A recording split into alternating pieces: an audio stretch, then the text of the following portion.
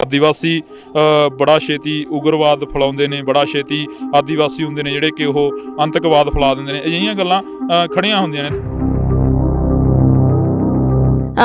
हमारे आदिवासियों पर जो जुल्म हो रहे हैं अभी, हमें जो माओवादी कहा जाता है, नक्सलाइट कहा जाता है, हमें ये बात मुझे आंदोलन में आने के समय में समझ में आई, जब मीडिया में मैं देख रही थी खालिस्तानी खालिस्तानी बोल रहे थे किसान आंदोलनकारियों को। हम भी तो अपनी जमीन की निवाल लड़ रहे, तो हम नक्सलाइट हो गए, माओवादी हो गए। तो ये एक हमारे खिलाफ में, आम जनता के खिलाफ में जो बात भ्रांति फैलाई जा रही कि एक स्टेट के लोग दूसरे स्टेट से ना मिल सके। ਜਿਹੜਾ ਸ਼ਬਦ ਵਰਤਿਆ ਜਾਂਦਾ ਤੁਹਾਡੇ ਲਈ ਕਿ ਨਕਸਲਾਈਟ ਨੇ, ਮਾਓਵਾਦੀ ਨੇ, ਉਹ ਆਖਰ ਵਰਤਿਆ ਕਿਉਂ ਜਾਂਦਾ ਹੈਗਾ ਤੁਹਾਡੇ ਖਿਲਾਫ? क्योंकि हम अपने हक के लिए लड़ते हैं।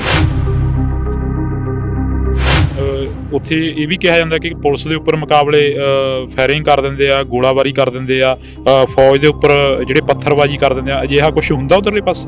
मैं आपको बताती, जिनके घरों में खाने को नहीं है, जिनके पास रहने को सही कपड़े नहीं, बर्तन नहीं, कपड़े नहीं है, घर नहीं है, वो आप किसी पर हमले कैसे करेंगे? ਕਿਸਾਨੀ ਅੰਦੋਲਨ ਨੇ ਵੀ ਬਹੁਤ ਕੁਝ ਦਿੱਤਾ। ਕਿਸਾਨੀ ਅੰਦੋਲਨ ਦੇ ਵਿੱਚ ਜਿੱਥੇ ਨਿਹੰਗ ਸਿੰਘ ਮੂਰੇ ਲੱਗ ਕੇ ਬੈਠੇ ਰਹੇ, ਜਿੱਥੇ ਨਿਹੰਗ ਸਿੰਘ ਬੈਰੀਗੇਟਾਂ ਦੇ ਜਮਾ ਨਜ਼ਦੀਕ ਬੈਠੇ ਰਹੇ, ਜਿੱਥੇ ਅਥਰੂ ਗੈਸ ਤੇ ਗੋਲੇ ਡਿੱਗੇ ਸੀ ਕਿਸੇ ਟਾਈਮ, ਤਾਂ ਉੱਥੇ ਕਿਸਾਨੀ ਅੰਦੋਲਨ ਨੇ ਆਦੀਵਾਸੀਆਂ ਨੂੰ ਵੀ ਇੱਕ ਨਿਹੰਗ ਸਿੰਘ ਦਾ ਰੂਪ ਦਿੱਤਾ ਤਾਂ ਸੀ। ਬੀਬੀ ਰਣਜੀਤ ਕੌਰ ਦੇ ਨਾਲ ਵੀ ਗੱਲਬਾਤ ਕਰਾਂਗੇ। ਵਾਹਿਗੁਰੂ ਜੀ ਕਾ ਖਾਲਸਾ, ਵਾਹਿਗੁਰੂ ਜੀ ਕੀ ਫਤਿਹ। वाहिगुरु जी का खालसा, वाहिगुरु जी की फतेह। ਕਿੱਥੋਂ ਦੇ ਰਹਿਣ ਵਾਲੇ ਹੋ? मैं छत्तीसगढ़ रायगढ़ डिस्ट्रिक्ट से हूँ। हाँ जी। ਆਦੀਵਾਸੀਆਂ ਦੇ ਉੱਪਰ ਕਾਫੀ ਸਵਾਲ ਖੜੇ ਹੁੰਦੇ ਨੇ। ਕਹਿੰਦੇ ਆਦੀਵਾਸੀ ਬੜਾ ਛੇਤੀ ਉਗਰਵਾਦ ਫੈਲਾਉਂਦੇ ਨੇ, ਬੜਾ ਛੇਤੀ ਆਦੀਵਾਸੀ ਹੁੰਦੇ ਨੇ ਜਿਹੜੇ ਕਿ ਉਹ ਅੰਤਕਵਾਦ ਫੈਲਾ ਦਿੰਦੇ ਨੇ। ਅਜਿਹੀਆਂ ਗੱਲਾਂ ਖੜੀਆਂ ਹੁੰਦੀਆਂ ਨੇ। ਤੁਹਾਨੂੰ ਕੀ ਲੱਗਦਾ, ਤੁਸੀਂ ਉਧਰਲੇ ਏਰੀਏ ਦੇ ਹੋ, ਜਦੋਂ ਨਿਹੰਗ ਸਿੰਘ ਬਾਣੇ ਦੇ ਵਿੱਚ ਆਏ, ਬਾਬਾ ਰਾਜਾ ਰਾਜ ਸਿੰਘ ਨੂੰ ਮਿਲੇ, ਤਾਂ ਮਹਿਸੂਸ ਕੀ ਹੋਇਆ ਤੁਹਾਨੂੰ? मैं 1.25 हूँ। सबसे पहले तो मैंने यही महसूस किया, अपने अंदर एक शक्ति महसूस की जो मैं अकेलापन महसूस करती थी। अब लोग मेरे पास, वहाँ काफ़ी लोग आते हैं कि दीदी आइए हमारे साथ, वहाँ सारे मुझे दीदी बोलते हैं, तो दीदी आइए हमारे पास में, हमें हेल्प कीजिए, मदद कीजिए, हमारे साथ जो कोई भी जुल्म होता है वो पूछते हैं। लोग ये भी बोलते हैं कि आपने जब गुरु का बाणा पाया, आपके ऊपर गुरु की बहुत बड़ी आशीष हुई है, तो सम्मान भी बहुत मिलता है। और मैं खुद भी अपने आप में बहुत मजबूत महसूस करती हूँ। जो पहले कमजोरी महसूस होती थी वो अब नहीं है। पहले हम ईसाई परिवार से थे, आदिवासी तो थे, लेकिन हमारे जो पूर्वज थे उन्होंने ईसाई धर्म धारण किया था। अब मैं, मेरा परिवार सारा, हम सिख हैं, गुरु के सिख हैं। ਕਿਸੇ ਨੇ ਸਵਾਲ ਨਹੀਂ ਖੜੇ ਕਰੇ ਕਿ ਤੁਸੀਂ ਈਸਾਈ ਹੋ ਕੇ ਸਿੱਖ ਧਰਮ ਦੇ ਵਿੱਚ ਜਾ ਰਹੇ ਹੋ? ਪੁੱਛਿਆ ਨਹੀਂ ਕਿਸੇ ਨੇ? पूछा, बहुत सारे लोगों ने पूछा, पर अपना देश धर्मनिरपेक्ष राष्ट्र है, और सिक्की जो है वो, ये मेरी सोच है कि जब मैं ईसाई थी, हम ईसाई हैं, तो जीसस क्राइस्ट ने हमारे देश में तो ऐसा कुछ कार्य किया नहीं अपने जीवन काल में, मगर गुरु साहब ने, जितने भी हमारे संत हुए, सिख संत हुए, भक्त, उन्होंने कितनी कुर्बानियाँ दी है। जैसे आज हम यहाँ फतेहगढ़ साहब में आए हैं, तो उन्होंने हमारे लिए कितनी कुर्बानी दी है। आज़ादी के समय भी सिखों की कुर्बानी सबसे ज़्यादा बड़ी कुर्बानी है। तो आने वाले समय मेरा परिवार, हमें भी ज़रूरत पड़ेगी, हम भी अपनी कुर्बानी देंगे अपनी कौम के लिए, अपने देश के लिए, जब हमारी ज़रूरत पड़ेगी।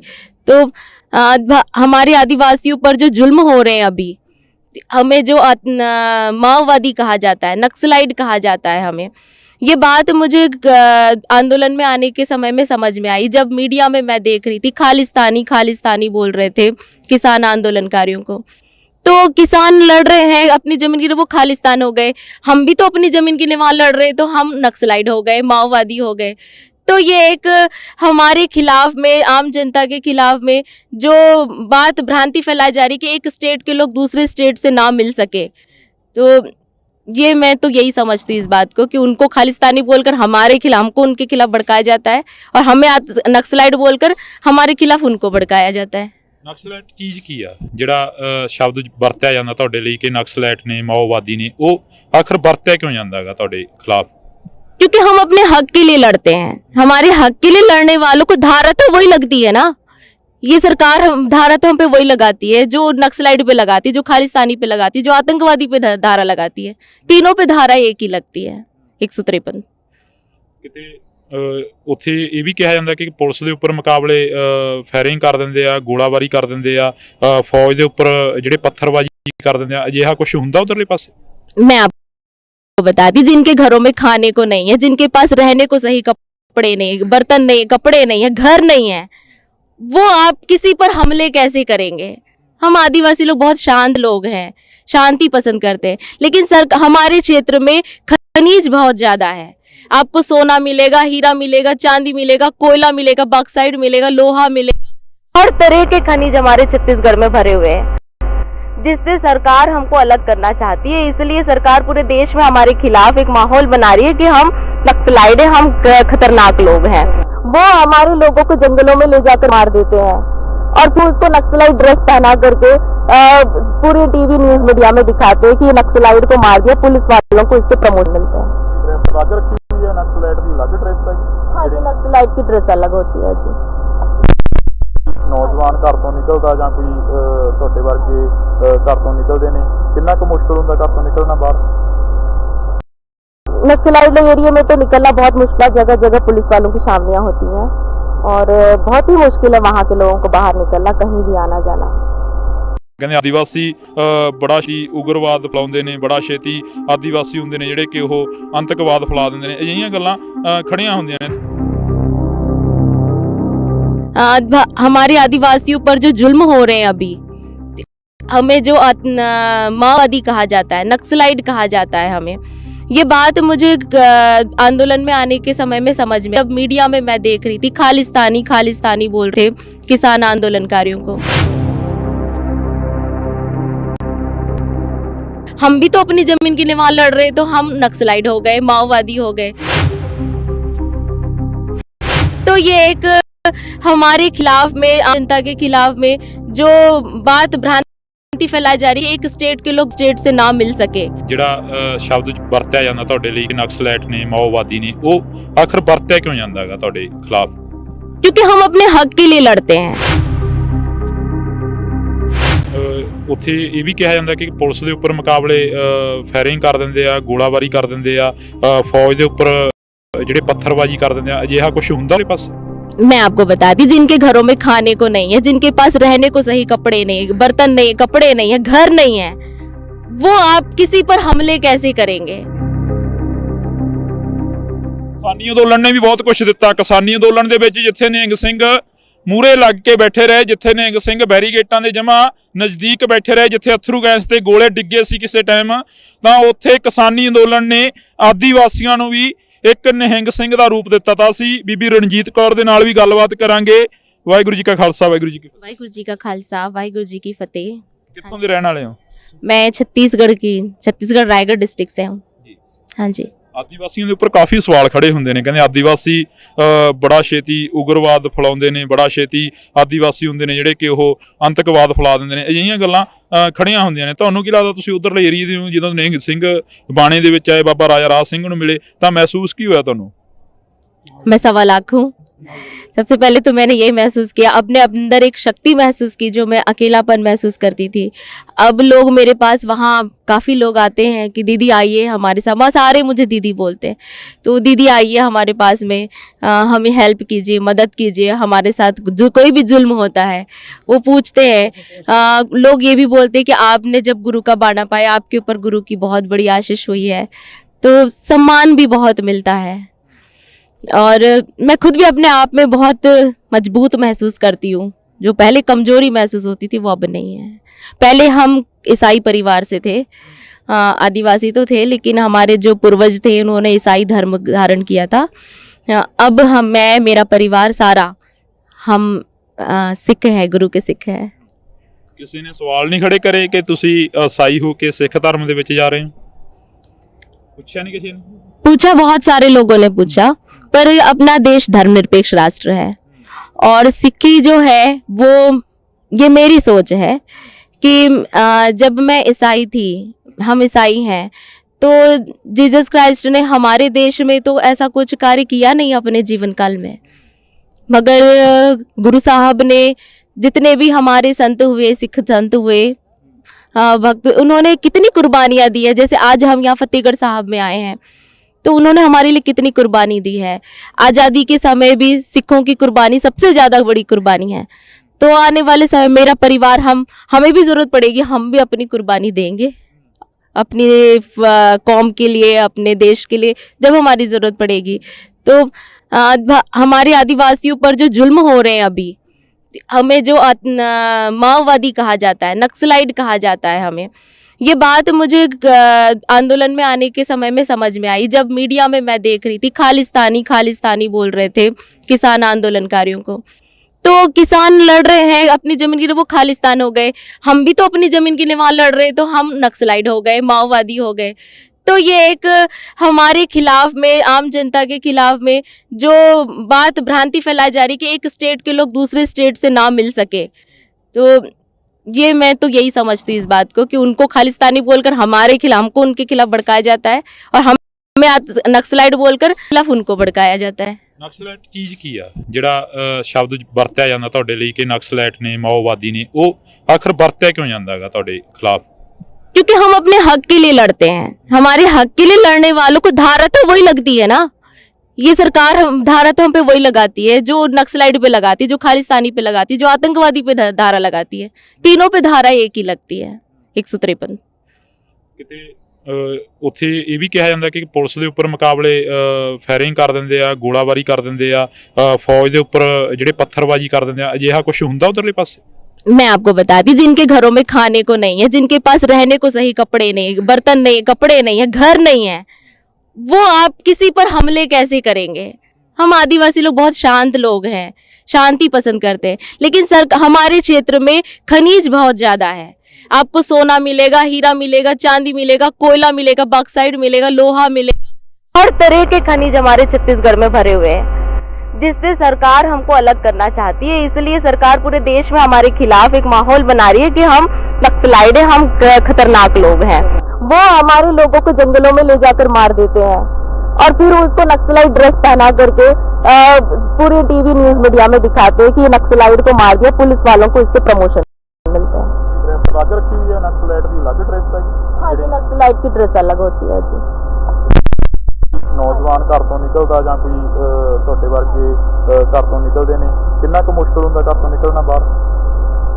नक्सलाइट एरिया में तो निकलना बहुत मुश्किल होता है, जगह जगह पुलिस वालों की छावनियां होती हैं और बहुत ही मुश्किल है वहाँ के लोगों को बाहर निकलना, कहीं भी आना जाना। ਕਹਿੰਦੇ ਆਦੀਵਾਸੀ ਬੜਾ ਛੇਤੀ ਉਗਰਵਾਦ ਫੈਲਾਉਂਦੇ ਨੇ, ਬੜਾ ਛੇਤੀ ਆਦੀਵਾਸੀ ਹੁੰਦੇ ਨੇ ਜਿਹੜੇ ਕਿ ਉਹ ਅੰਤਕਵਾਦ ਫੈਲਾ ਦਿੰਦੇ ਨੇ, ਅਜਿਹੀਆਂ ਗੱਲਾਂ ਖੜੀਆਂ ਹੁੰਦੀਆਂ ਨੇ। हमारे आदिवासियों पर जो जुल्म हो रहे हैं अभी, हमें जो माओवादी कहा जाता है, नक्सलाइट कहा जाता है, हमें ये बात मुझे आंदोलन में आने के समय में समझ में आई। जब मीडिया में मैं देख रही थी खालिस्तानी खालिस्तानी बोल रहे थे किसान आंदोलनकारियों को, हम भी तो अपनी जमीन के लिए वहां लड़ रहे, तो हम नक्सलाइट हो गए, माओवादी हो गए। तो ये एक हमारे खिलाफ में, आम जनता के खिलाफ में जो बात भ्रांति फैलाई जा रही कि एक स्टेट के लोग दूसरे स्टेट से ना मिल सके। ਜਿਹੜਾ ਸ਼ਬਦ ਵਰਤਿਆ ਜਾਂਦਾ ਤੁਹਾਡੇ ਲਈ ਕਿ ਨਕਸਲਾਈਟ ਨੇ, ਮਾਓਵਾਦੀ ਨੇ, ਉਹ ਆਖਰ ਵਰਤਿਆ ਕਿਉਂ ਜਾਂਦਾ ਹੈਗਾ ਤੁਹਾਡੇ ਖਿਲਾਫ? क्योंकि हम अपने हक के लिए लड़ते हैं। ਉੱਥੇ ਇਹ ਵੀ ਕਿਹਾ ਜਾਂਦਾ ਕਿ ਪੁਲਿਸ ਦੇ ਉੱਪਰ ਮੁਕਾਬਲੇ ਫਾਇਰਿੰਗ ਕਰ ਦਿੰਦੇ ਆ, ਗੋਲਾਬਾਰੀ ਕਰ ਦਿੰਦੇ ਆ, ਫੌਜ ਦੇ ਉੱਪਰ ਜਿਹੜੇ ਪੱਥਰਬਾਜੀ ਕਰ ਦਿੰਦੇ ਆ, ਅਜਿਹਾ ਕੁਝ ਹੁੰਦਾ ਉਧਰਲੇ ਪਾਸੇ? मैं आपको बताती, जिनके घरों में खाने को नहीं है, जिनके पास रहने को सही कपड़े नहीं, बर्तन नहीं, कपड़े नहीं है, घर नहीं है, वो आप किसी पर हमले कैसे करेंगे? ਕਿਸਾਨੀ ਅੰਦੋਲਨ ਨੇ ਵੀ ਬਹੁਤ ਕੁਝ ਦਿੱਤਾ। ਕਿਸਾਨੀ ਅੰਦੋਲਨ ਦੇ ਵਿੱਚ ਜਿੱਥੇ ਨਿਹੰਗ ਸਿੰਘ ਮੂਹਰੇ ਲੱਗ ਕੇ ਬੈਠੇ ਰਹੇ, ਜਿੱਥੇ ਨਿਹੰਗ ਸਿੰਘ ਬੈਰੀਗੇਟਾਂ ਦੇ ਜਮਾ ਨਜ਼ਦੀਕ ਬੈਠੇ ਰਹੇ, ਜਿੱਥੇ ਅਥਰੂ ਗੈਸ ਤੇ ਗੋਲੇ ਡਿੱਗੇ ਸੀ ਕਿਸੇ ਟਾਈਮ, ਤਾਂ ਉੱਥੇ ਕਿਸਾਨੀ ਅੰਦੋਲਨ ਨੇ ਆਦੀਵਾਸੀਆਂ ਨੂੰ ਵੀ ਇੱਕ ਨਿਹੰਗ ਸਿੰਘ ਦਾ ਰੂਪ ਦਿੱਤਾ ਤਾਂ ਅਸੀਂ ਬੀਬੀ ਰਣਜੀਤ ਕੌਰ ਦੇ ਨਾਲ ਵੀ ਗੱਲਬਾਤ ਕਰਾਂਗੇ। ਵਾਹਿਗੁਰੂ ਜੀ ਕਾ ਖਾਲਸਾ, ਵਾਹਿਗੁਰੂ ਜੀ ਕੀ ਫਤਿਹ। वाहिगुरु जी का खालसा, वाहिगुरु जी की फतेह। ਕਿੱਥੋਂ ਦੇ ਰਹਿਣ ਵਾਲੇ ਹੋ? मैं छत्तीसगढ़ रायगढ़ डिस्ट्रिक्ट से हूँ। जी। हाँ जी। ਆਦੀਵਾਸੀਆਂ ਦੇ ਉੱਪਰ ਕਾਫੀ ਸਵਾਲ ਖੜੇ ਹੁੰਦੇ ਨੇ, ਕਹਿੰਦੇ ਆਦੀਵਾਸੀ ਬੜਾ ਛੇਤੀ ਉਗਰਵਾਦ ਫੈਲਾਉਂਦੇ ਨੇ, ਬੜਾ ਛੇਤੀ ਆਦੀਵਾਸੀ ਹੁੰਦੇ ਨੇ ਜਿਹੜੇ ਕਿ ਉਹ ਅੰਤਕਵਾਦ ਫੈਲਾ ਦਿੰਦੇ ਨੇ। ਅਜਿਹੀਆਂ ਗੱਲਾਂ ਖੜੀਆਂ ਹੁੰਦੀਆਂ ਨੇ। ਤੁਹਾਨੂੰ ਕੀ ਲੱਗਦਾ, ਤੁਸੀਂ ਉਧਰਲੇ ਏਰੀਏ ਦੇ ਹੋ, ਜਦੋਂ ਨਿਹੰਗ ਸਿੰਘ ਬਾਣੇ ਦੇ ਵਿੱਚ ਆਏ, ਬਾਬਾ ਰਾਜਾ ਰਾਜ ਸਿੰਘ ਨੂੰ ਮਿਲੇ, ਤਾਂ ਮਹਿਸੂਸ ਕੀ ਹੋਇਆ ਤੁਹਾਨੂੰ? मैं 1.25 हूँ। सबसे पहले तो मैंने यही महसूस किया, अपने अंदर एक शक्ति महसूस की जो मैं अकेलापन महसूस करती थी। अब लोग मेरे पास वहाँ काफ़ी लोग आते हैं कि दीदी आइए हमारे साथ, वहाँ सारे मुझे दीदी बोलते हैं, तो दीदी आइए हमारे पास में, हमें हेल्प कीजिए, मदद कीजिए, हमारे साथ जो कोई भी जुल्म होता है वो पूछते हैं। लोग ये भी बोलते हैं कि आपने जब गुरु का बाना पाया, आपके ऊपर गुरु की बहुत बड़ी आशीष हुई है, तो सम्मान भी बहुत मिलता है। और मैं खुद भी अपने आप में बहुत मजबूत महसूस करती हूँ। जो पहले कमजोरी महसूस होती थी वो अब नहीं है। पहले हम ईसाई परिवार से थे, आदिवासी तो थे, लेकिन हमारे जो पूर्वज थे उन्होंने ईसाई धर्म धारण किया था।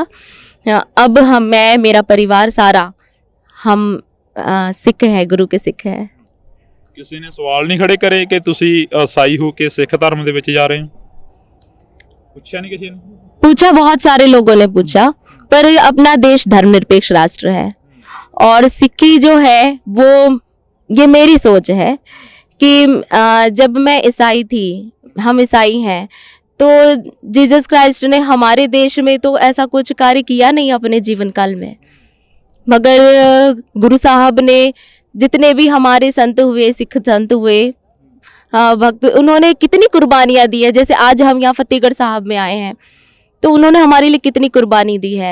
आज़ादी के समय भी सिखों की कुर्बानी सबसे ज़्यादा बड़ी कुर्बानी है।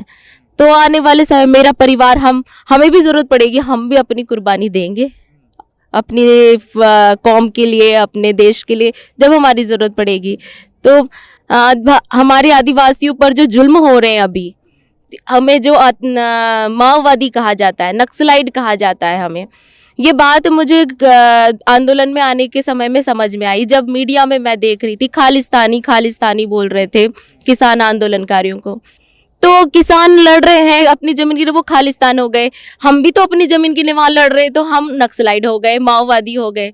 तो ये एक हमारे खिलाफ में, आम जनता के खिलाफ में जो बात भ्रांति फैलाई जा रही कि एक स्टेट के लोग दूसरे स्टेट से ना मिल सके, तो ये मैं तो यही समझती हूँ इस बात को कि उनको खालिस्तानी बोलकर हमारे खिलाफ, हमको उनके खिलाफ भड़काया जाता है, और हमें नक्सलाइट बोलकर हमारे खिलाफ उनको भड़काया जाता है। ਨਕਸਲਾਈਟ ਚੀਜ਼ ਕੀ ਆ ਜਿਹੜਾ ਸ਼ਬਦ ਵਰਤਿਆ ਜਾਂਦਾ ਤੁਹਾਡੇ ਲਈ ਕਿ ਨਕਸਲਾਈਟ ਨੇ, ਮਾਓਵਾਦੀ ਨੇ, ਉਹ ਆਖਰ ਵਰਤਿਆ क्यों ਜਾਂਦਾ ਹੈਗਾ ਤੁਹਾਡੇ खिलाफ? क्योंकि हम अपने हक के लिए लड़ते हैं। हमारे हक के लिए लड़ने वालों को धारा तो वही लगती है ना। ये सरकार धारा तो हम पे वही लगाती है जो नक्सलाइट पे लगाती है, जो खालिस्तानी पे लगाती है, जो आतंकवादी पे धारा लगाती है। तीनों पे धारा एक ही लगती है, 153। ਕਿਤੇ ਉੱਥੇ ਇਹ ਵੀ ਕਿਹਾ ਕਿ ਪੁਲਿਸ ਦੇ ਉੱਪਰ ਮੁਕਾਬਲੇ ਫਾਇਰਿੰਗ ਕਰ ਦਿੰਦੇ ਆ, ਗੋਲਾਬਾਰੀ ਕਰ ਦਿੰਦੇ ਆ, ਫੌਜ ਦੇ ਉੱਪਰ ਜਿਹੜੇ ਪੱਥਰਬਾਜੀ ਕਰ ਦਿੰਦੇ ਆ, ਅਜਿਹਾ ਕੁਝ ਹੁੰਦਾ ਉਧਰਲੇ ਪਾਸੇ? मैं आपको बता दूं, जिनके घरों में खाने को नहीं है, जिनके पास रहने को सही कपड़े नहीं, बर्तन नहीं, कपड़े नहीं है, घर नहीं है, वो किसी पर हमले कैसे करेंगे? हम आदिवासी लोग बहुत शांत लोग हैं, शांति पसंद करते हैं, लेकिन हमारे क्षेत्र में खनिज बहुत ज्यादा है। आपको सोना मिलेगा, हीरा मिलेगा, चांदी मिलेगा, कोयला मिलेगा, बॉक्साइट मिलेगा, लोहा मिलेगा, हर तरह के खनिज हमारे छत्तीसगढ़ में भरे हुए हैं, जिससे सरकार हमको अलग करना चाहती है। इसलिए सरकार पूरे देश में हमारे खिलाफ एक माहौल बना रही है कि हम नक्सलाइट हैं, हम खतरनाक लोग हैं। हमारे लोगों को जंगलों में जाकर मार देते हैं और फिर उसको नक्सलाइट ड्रेस पहना करके पूरे टीवी न्यूज मीडिया में दिखाते हैं कि नक्सलाइट को मार दिया, पुलिस वालों को इससे प्रमोशन मिलते हैं। अलग रखी हुई है नक्सलाइट की, अलग ड्रेस है? हाँ जी, नक्सलाइट की ड्रेस अलग होती है जी। ਨੌਜਵਾਨ ਘਰ ਤੋਂ ਨਿਕਲਦਾ ਜਾਂ ਕੋਈ ਤੁਹਾਡੇ ਵਰਗੇ ਘਰ ਤੋਂ ਨਿਕਲਦੇ, ਕਿੰਨਾ ਕੁ ਮੁਸ਼ਕਲ ਹੁੰਦਾ ਘਰ ਤੋਂ ਨਿਕਲਣਾ बाहर? एरिया में तो निकलना बहुत मुश्किल होता है, जगह जगह पुलिस वालों की छावनियां होती हैं और बहुत ही मुश्किल है वहाँ के लोगों को बाहर निकलना, कहीं भी आना जाना। ਕਹਿੰਦੇ ਆਦੀਵਾਸੀ ਬੜਾ ਛੇਤੀ ਉਗਰਵਾਦ ਫੈਲਾਉਂਦੇ ਨੇ, ਬੜਾ ਛੇਤੀ ਆਦੀਵਾਸੀ ਹੁੰਦੇ ਨੇ ਜਿਹੜੇ ਕਿ ਉਹ ਅੰਤਕਵਾਦ ਫੈਲਾ ਦਿੰਦੇ ਨੇ। ਅਜਿਹੀਆਂ ਗੱਲਾਂ ਖੜੀਆਂ ਹੁੰਦੀਆਂ ਨੇ।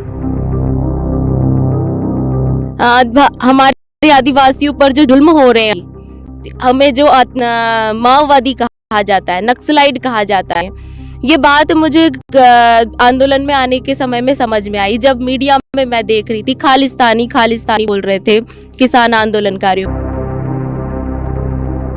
हम भी तो अपनी जमीन के लिए वहां लड़ रहे, तो हम नक्सलाइट हो गए, माओवादी हो गए। तो ये एक हमारे खिलाफ में, आम जनता के खिलाफ में जो बात भ्रांति फैलाई जा रही कि एक के लोग दूसरे स्टेट से ना मिल सके। ਜਿਹੜਾ ਸ਼ਬਦ ਵਰਤਿਆ ਜਾਂਦਾ ਤੁਹਾਡੇ ਲਈ ਕਿ ਨਕਸਲੈਟ ਨੇ ਮਾਓਵਾਦੀ ਨੇ, ਉਹ ਆਖਰ ਵਰਤਿਆ ਕਿਉਂ ਜਾਂਦਾ ਹੈਗਾ ਤੁਹਾਡੇ ਖਿਲਾਫ? क्योंकि हम अपने हक के लिए लड़ते हैं।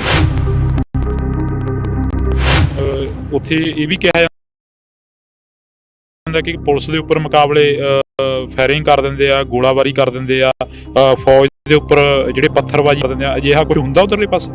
मैं आपको बता दी, जिनके घरों में खाने को नहीं है, जिनके पास रहने को सही कपड़े नहीं, बर्तन नहीं, कपड़े नहीं है, घर नहीं है, वो आप किसी पर हमले कैसे करेंगे? ਕਿਸਾਨੀ ਅੰਦੋਲਨ ਨੇ ਵੀ ਬਹੁਤ ਕੁਝ ਦਿੱਤਾ। ਕਿਸਾਨੀ ਅੰਦੋਲਨ ਦੇ ਵਿੱਚ ਜਿੱਥੇ ਨਿਹੰਗ ਸਿੰਘ ਮੂਹਰੇ ਲੱਗ ਕੇ ਬੈਠੇ ਰਹੇ, ਜਿੱਥੇ ਨਿਹੰਗ ਸਿੰਘ ਬੈਰੀਗੇਟਾਂ ਦੇ ਜਮਾ ਨਜ਼ਦੀਕ ਬੈਠੇ ਰਹੇ, ਜਿੱਥੇ ਅਥਰੂ ਗੈਸ ਤੇ ਗੋਲੇ ਡਿੱਗੇ ਸੀ ਕਿਸੇ ਟਾਈਮ, ਤਾਂ ਉੱਥੇ ਕਿਸਾਨੀ ਅੰਦੋਲਨ ਨੇ ਆਦੀਵਾਸੀਆਂ ਨੂੰ ਵੀ ਇੱਕ ਨਿਹੰਗ ਸਿੰਘ ਦਾ ਰੂਪ ਦਿੱਤਾ ਤਾਂ ਸੀ। ਬੀਬੀ ਰਣਜੀਤ ਕੌਰ ਦੇ ਨਾਲ ਵੀ ਗੱਲਬਾਤ ਕਰਾਂਗੇ। ਵਾਹਿਗੁਰੂ ਜੀ ਕਾ ਖਾਲਸਾ, ਵਾਹਿਗੁਰੂ ਜੀ ਕੀ ਫਤਿਹ। वाहिगुरु जी का खालसा, वाहिगुरु जी की फतेह। ਕਿੱਥੋਂ ਦੇ ਰਹਿਣ ਵਾਲੇ ਹੋ? मैं छत्तीसगढ़ रायगढ़ डिस्ट्रिक्ट से हूँ। हाँ जी। ਆਦੀਵਾਸੀਆਂ ਦੇ ਉੱਪਰ ਕਾਫੀ ਸਵਾਲ ਖੜੇ ਹੁੰਦੇ ਨੇ, ਕਹਿੰਦੇ ਆਦੀਵਾਸੀ ਬੜਾ ਛੇਤੀ ਉਗਰਵਾਦ ਫੈਲਾਉਂਦੇ ਨੇ, ਬੜਾ ਛੇਤੀ ਆਦੀਵਾਸੀ ਹੁੰਦੇ ਨੇ ਜਿਹੜੇ ਕਿ ਉਹ ਅੰਤਕਵਾਦ ਫੈਲਾ ਦਿੰਦੇ ਨੇ। ਅਜਿਹੀਆਂ ਗੱਲਾਂ ਖੜੀਆਂ ਹੁੰਦੀਆਂ ਨੇ। ਤੁਹਾਨੂੰ ਕੀ ਲੱਗਦਾ, ਤੁਸੀਂ ਉਧਰਲੇ ਏਰੀਏ ਦੇ ਹੋ, ਜਦੋਂ ਨਿਹੰਗ ਸਿੰਘ ਬਾਣੇ ਦੇ ਵਿੱਚ ਆਏ, ਬਾਬਾ ਰਾਜਾ ਰਾਜ ਸਿੰਘ ਨੂੰ ਮਿਲੇ, ਤਾਂ ਮਹਿਸੂਸ ਕੀ ਹੋਇਆ ਤੁਹਾਨੂੰ? मैं 1.25 हूँ। सबसे पहले तो मैंने यही महसूस किया, अपने अंदर एक शक्ति महसूस की जो मैं अकेलापन महसूस करती थी। अब लोग मेरे पास, वहाँ काफ़ी लोग आते हैं कि दीदी आइए हमारे साथ, वहाँ सारे मुझे दीदी बोलते हैं, तो दीदी आइए हमारे पास में, हमें हेल्प कीजिए, मदद कीजिए, हमारे साथ जो कोई भी जुल्म होता है वो पूछते हैं। लोग ये भी बोलते हैं कि आपने जब गुरु का बाणा पाया, आपके ऊपर गुरु की बहुत बड़ी आशीष हुई है, तो सम्मान भी बहुत मिलता है। और मैं खुद भी अपने आप में बहुत मजबूत महसूस करती हूँ। जो पहले कमजोरी महसूस होती थी वो अब नहीं है। पहले हम ईसाई परिवार से थे, आदिवासी तो थे, लेकिन हमारे जो पूर्वज थे उन्होंने ईसाई धर्म धारण किया था। अब मैं, मेरा परिवार सारा, हम सिख हैं, गुरु के सिख हैं। ਕਿਸੇ ਨੇ ਸਵਾਲ ਨਹੀਂ ਖੜੇ ਕਰੇ ਕਿ ਤੁਸੀਂ ਈਸਾਈ ਹੋ ਕੇ ਸਿੱਖ ਧਰਮ ਦੇ ਵਿੱਚ ਜਾ ਰਹੇ ਹੋ? ਪੁੱਛਿਆ ਨਹੀਂ ਕਿਸੇ ਨੇ? पूछा, बहुत सारे लोगों ने पूछा, पर अपना देश धर्मनिरपेक्ष राष्ट्र है, और सिक्की जो है वो, ये मेरी सोच है कि जब मैं ईसाई थी, हम ईसाई हैं, तो जीसस क्राइस्ट ने हमारे देश में तो ऐसा कुछ कार्य किया नहीं अपने जीवन काल में, मगर गुरु साहब ने, जितने भी हमारे संत हुए, सिख संत हुए, भक्त, उन्होंने कितनी कुर्बानियाँ दी है। जैसे आज हम यहाँ फतेहगढ़ साहब में आए हैं, तो उन्होंने हमारे लिए कितनी कुर्बानी दी है। आज़ादी के समय भी सिखों की कुर्बानी सबसे ज़्यादा बड़ी कुर्बानी है। तो आने वाले समय मेरा परिवार, हमें भी ज़रूरत पड़ेगी, हम भी अपनी कुर्बानी देंगे अपनी कौम के लिए, अपने देश के लिए, जब हमारी ज़रूरत पड़ेगी। तो हमारे आदिवासियों पर जो जुल्म हो रहे हैं अभी, हमें जो माओवादी कहा जाता है, नक्सलाइट कहा जाता है, हमें ये बात मुझे आंदोलन में आने के समय में समझ में आई, जब मीडिया में मैं देख रही थी खालिस्तानी खालिस्तानी बोल रहे थे किसान आंदोलनकारियों को। तो किसान लड़ रहे हैं अपनी ज़मीन के लिए, वो खालिस्तान हो गए। हम भी तो अपनी ज़मीन के लिए वहाँ लड़ रहे, तो हम नक्सलाइट हो गए, माओवादी हो गए। तो ये एक हमारे खिलाफ में, आम जनता के खिलाफ में जो बात भ्रांति फैलाई जा रही कि एक स्टेट के लोग दूसरे स्टेट से ना मिल सके, तो ये मैं तो यही समझती हूँ इस बात को, कि उनको खालिस्तानी बोलकर हमारे खिलाफ, हमको उनके खिलाफ भड़काया जाता है, और हमें नक्सलाइट बोलकर हमारे खिलाफ उनको भड़काया जाता है। ਨਕਸਲੈਟ ਚੀਜ਼ ਕੀ ਆ? ਜਿਹੜਾ ਸ਼ਬਦ ਵਰਤਿਆ ਜਾਂਦਾ ਤੁਹਾਡੇ ਲਈ ਕਿ ਨਕਸਲੈਟ ਨੇ, ਮਾਓਵਾਦੀ ਨੇ, ਉਹ ਆਖਰ ਵਰਤਿਆ ਕਿਉਂ ਜਾਂਦਾ ਹੈਗਾ ਤੁਹਾਡੇ ਖਿਲਾਫ? क्योंकि हम अपने हक के लिए लड़ते हैं। हमारे हक के लिए लड़ने वालों को धारा तो वही लगती है ना। ये सरकार धारा तो हम पे वही लगाती है, जो नक्सलाइट पे लगाती है, जो खालिस्तानी पे लगाती है, जो आतंकवादी पे धारा लगाती है। तीनों पे धारा एक ही लगती है, 153। ਕਿਤੇ ਉੱਥੇ ਇਹ ਵੀ ਕਿਹਾ ਜਾਂਦਾ ਕਿ ਪੁਲਿਸ ਦੇ ਉੱਪਰ ਮੁਕਾਬਲੇ ਫਾਇਰਿੰਗ ਕਰ ਦਿੰਦੇ ਆ, ਗੋਲਾਬਾਰੀ ਕਰ ਦਿੰਦੇ ਆ, ਫੌਜ ਦੇ ਉੱਪਰ ਜਿਹੜੇ ਪੱਥਰਬਾਜ਼ੀ ਕਰ ਦਿੰਦੇ ਆ, ਅਜਿਹਾ ਕੁਝ ਹੁੰਦਾ ਉਧਰਲੇ ਪਾਸੇ? मैं आपको बताती, जिनके घरों में खाने को नहीं है, जिनके पास रहने को सही कपड़े नहीं, बर्तन नहीं, कपड़े नहीं है, घर नहीं है, वो आप किसी पर हमले कैसे करेंगे? हम आदिवासी लोग बहुत शांत लोग हैं, शांति पसंद करते हैं, लेकिन हमारे क्षेत्र में खनिज बहुत ज्यादा है।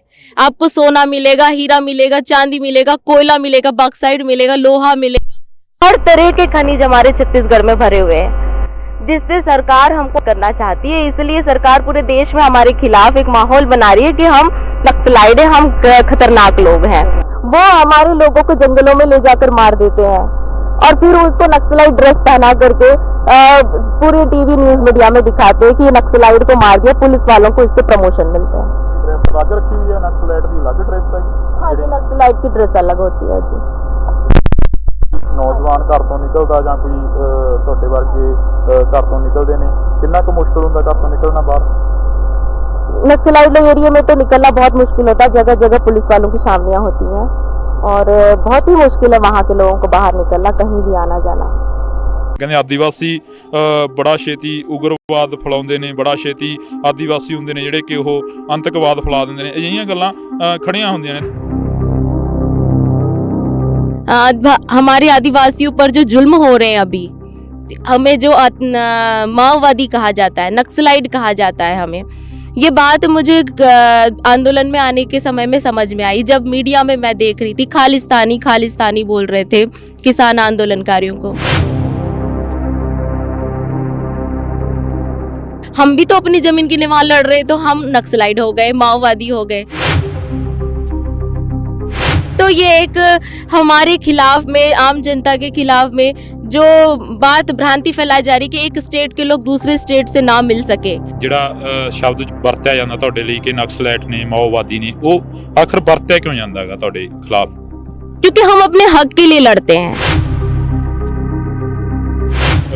ਉੱਥੇ ਇਹ ਵੀ ਕਿਹਾ ਜਾਂਦਾ ਕਿ ਪੁਲਿਸ ਦੇ ਉੱਪਰ ਮੁਕਾਬਲੇ ਫਾਇਰਿੰਗ ਕਰ ਦਿੰਦੇ ਆ, ਗੋਲਾਬਾਰੀ ਕਰ ਦਿੰਦੇ ਆ, ਫੌਜ ਦੇ ਉੱਪਰ ਜਿਹੜੇ ਪੱਥਰਬਾਜ਼ੀ ਕਰ ਦਿੰਦੇ ਆ। ਅਜਿਹਾ ਕੁਝ ਹੁੰਦਾ ਉਧਰਲੇ ਪਾਸੇ?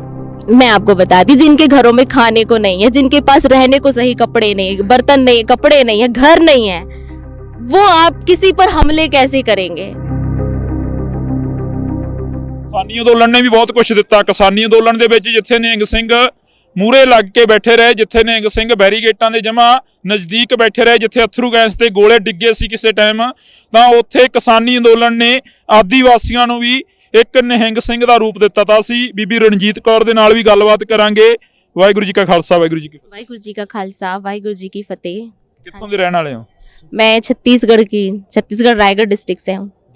हाँ जी। ਆਦੀਵਾਸੀਆਂ ਦੇ ਉੱਪਰ ਕਾਫੀ ਸਵਾਲ ਖੜੇ ਹੁੰਦੇ ਨੇ। ਕਹਿੰਦੇ ਆਦੀਵਾਸੀ ਬੜਾ ਛੇਤੀ ਉਗਰਵਾਦ ਫੈਲਾਉਂਦੇ ਨੇ, ਬੜਾ ਛੇਤੀ ਆਦੀਵਾਸੀ ਹੁੰਦੇ ਨੇ ਜਿਹੜੇ ਕਿ ਉਹ ਅੰਤਕਵਾਦ ਫੈਲਾ ਦਿੰਦੇ ਨੇ। ਅਜਿਹੀਆਂ ਗੱਲਾਂ ਖੜੀਆਂ ਹੁੰਦੀਆਂ ਨੇ। ਤੁਹਾਨੂੰ ਕੀ ਲੱਗਦਾ, ਤੁਸੀਂ ਉਧਰਲੇ ਏਰੀਏ ਦੇ ਹੋ, ਜਦੋਂ ਨਿਹੰਗ ਸਿੰਘ ਬਾਣੇ ਦੇ ਵਿੱਚ ਆਏ, ਬਾਬਾ ਰਾਜਾ ਰਾਜ ਸਿੰਘ ਨੂੰ ਮਿਲੇ, ਤਾਂ ਮਹਿਸੂਸ ਕੀ ਹੋਇਆ ਤੁਹਾਨੂੰ? मैं 1.25 लाख हूँ। सबसे पहले तो मैंने यही महसूस किया, अपने अंदर एक शक्ति महसूस की जो मैं अकेलापन महसूस करती थी। अब लोग मेरे पास, वहाँ काफ़ी लोग आते हैं कि दीदी आइए हमारे साथ, वहाँ सारे मुझे दीदी बोलते हैं, तो दीदी आइए हमारे पास में, हमें हेल्प कीजिए, मदद कीजिए, हमारे साथ जो कोई भी जुल्म होता है वो पूछते हैं।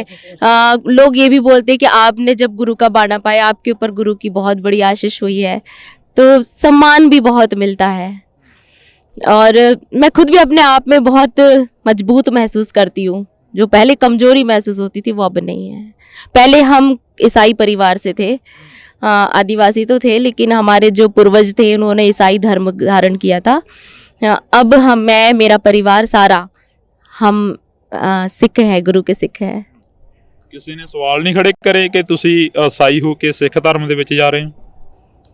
ਪੁੱਛਿਆ ਨਹੀਂ ਕਿਸੇ ਨੇ? पूछा, बहुत सारे लोगों ने पूछा, पर अपना देश धर्मनिरपेक्ष राष्ट्र है और सिक्की जो है वो, ये मेरी सोच है कि जब मैं ईसाई थी, हम ईसाई हैं, तो जीसस क्राइस्ट ने हमारे देश में तो ऐसा कुछ कार्य किया नहीं अपने जीवन काल में, मगर गुरु साहब ने, जितने भी हमारे संत हुए, सिख संत हुए, भक्त, उन्होंने कितनी कुर्बानियाँ दी है। जैसे आज हम यहाँ फतेहगढ़ साहब में आए हैं, तो उन्होंने हमारे लिए कितनी कुर्बानी दी है। आज़ादी के समय भी सिखों की कुर्बानी सबसे ज़्यादा बड़ी कुर्बानी है। तो आने वाले समय मेरा परिवार, हमें भी ज़रूरत पड़ेगी, हम भी अपनी कुर्बानी देंगे अपनी कौम के लिए, अपने देश के लिए जब हमारी ज़रूरत पड़ेगी।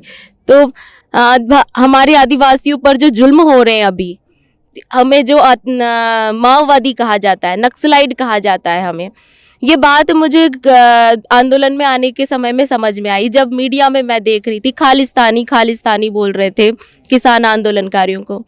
तो किसान लड़ रहे हैं अपनी जमीन के लिए, वो खालिस्तान हो गए। हम भी तो अपनी जमीन के लिए वहाँ लड़ रहे, तो हम नक्सलाइट हो गए, माओवादी हो गए। तो ये एक हमारे खिलाफ में, आम जनता के खिलाफ में जो बात भ्रांति फैलाई जा रही कि एक स्टेट के लोग दूसरे स्टेट से ना मिल सके, तो ये मैं तो यही समझती हूँ इस बात को कि उनको खालिस्तानी बोलकर हमारे खिलाफ, हमको उनके खिलाफ भड़काया जाता है, और हमें नक्सलाइट बोलकर हमारे खिलाफ उनको भड़काया जाता है। ਨਕਸਲਾਈਟ ਚੀਜ਼ ਕੀ ਆ ਜਿਹੜਾ ਸ਼ਬਦ ਵਰਤਿਆ ਜਾਂਦਾ ਤੁਹਾਡੇ ਲਈ ਕਿ ਨਕਸਲਾਈਟ ਨੇ, ਮਾਓਵਾਦੀ ਨੇ, ਉਹ ਆਖਰ ਵਰਤਿਆ ਕਿਉਂ ਜਾਂਦਾ ਹੈਗਾ ਤੁਹਾਡੇ ਖਿਲਾफ?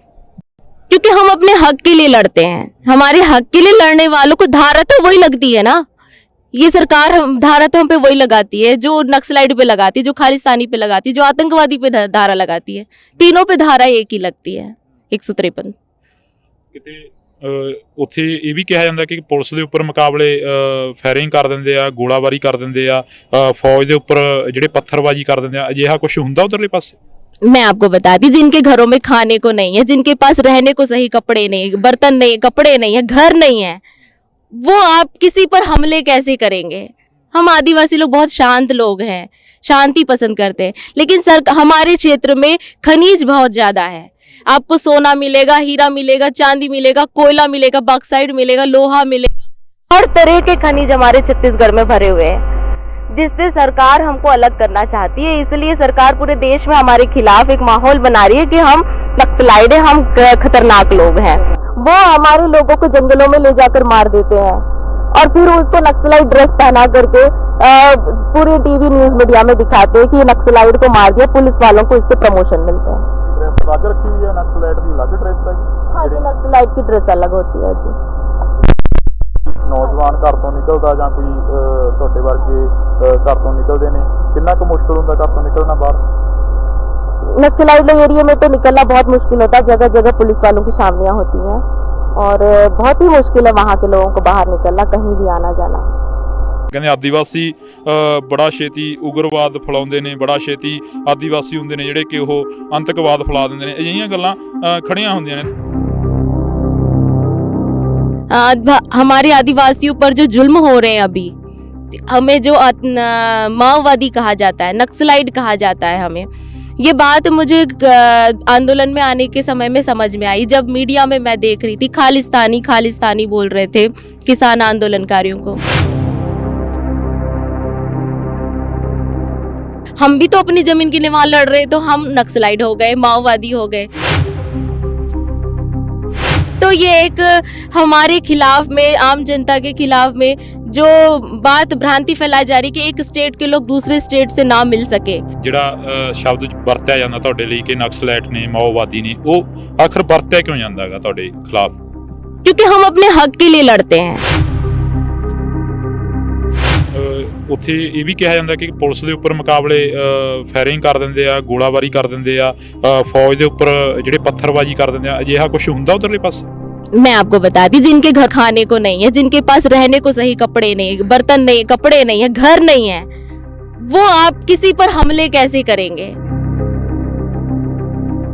ਕਿਸਾਨੀ ਅੰਦੋਲਨ ਨੇ ਵੀ ਬਹੁਤ ਕੁਝ ਦਿੱਤਾ। ਕਿਸਾਨੀ ਅੰਦੋਲਨ ਦੇ ਵਿੱਚ ਜਿੱਥੇ ਨਿਹੰਗ ਸਿੰਘ ਮੂਰੇ ਲੱਗ ਕੇ ਬੈਠੇ ਰਹੇ, ਜਿੱਥੇ ਨਿਹੰਗ ਸਿੰਘ ਬੈਰੀਗੇਟਾਂ ਦੇ ਜਮਾ ਨਜ਼ਦੀਕ ਬੈਠੇ ਰਹੇ, ਜਿੱਥੇ ਅਥਰੂ ਗੈਸ ਤੇ ਗੋਲੇ ਡਿੱਗੇ ਸੀ ਕਿਸੇ ਟਾਈਮ, ਤਾਂ ਉੱਥੇ ਕਿਸਾਨੀ ਅੰਦੋਲਨ ਨੇ ਆਦੀਵਾਸੀਆਂ ਨੂੰ ਵੀ ਇੱਕ ਨਿਹੰਗ ਸਿੰਘ ਦਾ ਰੂਪ ਦਿੱਤਾ। ਤਾਂ ਅਸੀਂ ਬੀਬੀ ਰਣਜੀਤ ਕੌਰ ਦੇ ਨਾਲ ਵੀ ਗੱਲਬਾਤ ਕਰਾਂਗੇ। ਵਾਹਿਗੁਰੂ ਜੀ ਕਾ ਖਾਲਸਾ, ਵਾਹਿਗੁਰੂ ਜੀ ਕੀ ਫਤਿਹ। वाहिगुरु जी का खालसा, वाहिगुरु जी की फतेह। ਕਿੱਥੋਂ ਦੇ ਰਹਿਣ ਵਾਲੇ ਹੋ? मैं छत्तीसगढ़ रायगढ़ डिस्ट्रिक्ट से हूँ। हाँ जी। ਆਦੀਵਾਸੀਆਂ ਦੇ ਉੱਪਰ ਕਾਫੀ ਸਵਾਲ ਖੜੇ ਹੁੰਦੇ ਨੇ, ਕਹਿੰਦੇ ਆਦੀਵਾਸੀ ਬੜਾ ਛੇਤੀ ਉਗਰਵਾਦ ਫੈਲਾਉਂਦੇ ਨੇ, ਬੜਾ ਛੇਤੀ ਆਦੀਵਾਸੀ ਹੁੰਦੇ ਨੇ ਜਿਹੜੇ ਕਿ ਉਹ ਅੰਤਕਵਾਦ ਫੈਲਾ ਦਿੰਦੇ ਨੇ, ਅਜਿਹੀਆਂ ਗੱਲਾਂ ਖੜੀਆਂ ਹੁੰਦੀਆਂ ਨੇ। ਤੁਹਾਨੂੰ ਕੀ ਲੱਗਦਾ, ਤੁਸੀਂ ਉਧਰਲੇ ਏਰੀਏ ਦੇ ਹੋ, ਜਦੋਂ ਨਿਹੰਗ ਸਿੰਘ ਬਾਣੇ ਦੇ ਵਿੱਚ ਆਏ, ਬਾਬਾ ਰਾਜਾ ਰਾਜ ਸਿੰਘ ਨੂੰ ਮਿਲੇ, ਤਾਂ ਮਹਿਸੂਸ ਕੀ ਹੋਇਆ ਤੁਹਾਨੂੰ? मैं 1.25 लाख हूँ। सबसे पहले तो मैंने यही महसूस किया, अपने अंदर एक शक्ति महसूस की जो मैं अकेलापन महसूस करती थी।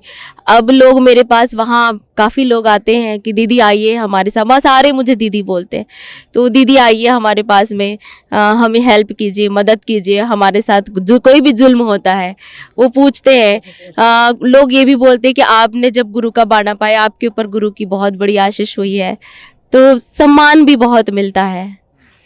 और मैं खुद भी अपने आप में बहुत मजबूत महसूस करती हूँ। जो पहले कमजोरी महसूस होती थी वो अब नहीं है। पहले हम ईसाई परिवार से थे, आदिवासी तो थे, लेकिन हमारे जो पूर्वज थे उन्होंने ईसाई धर्म धारण किया था। अब मैं, मेरा परिवार सारा, हम सिख हैं, गुरु के सिख हैं।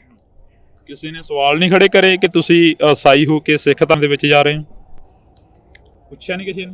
पूछा, बहुत सारे लोगों ने पूछा, पर अपना देश धर्मनिरपेक्ष राष्ट्र है और सिक्की जो है वो, ये मेरी सोच है कि जब मैं ईसाई थी, हम ईसाई हैं, तो जीसस क्राइस्ट ने हमारे देश में तो ऐसा कुछ कार्य किया नहीं अपने जीवन काल में, मगर गुरु साहब ने, जितने भी हमारे संत हुए, सिख संत हुए, भक्त, उन्होंने कितनी कुर्बानियाँ दी है। जैसे आज हम यहाँ फतेहगढ़ साहब में आए हैं, तो उन्होंने हमारे लिए कितनी कुर्बानी दी है।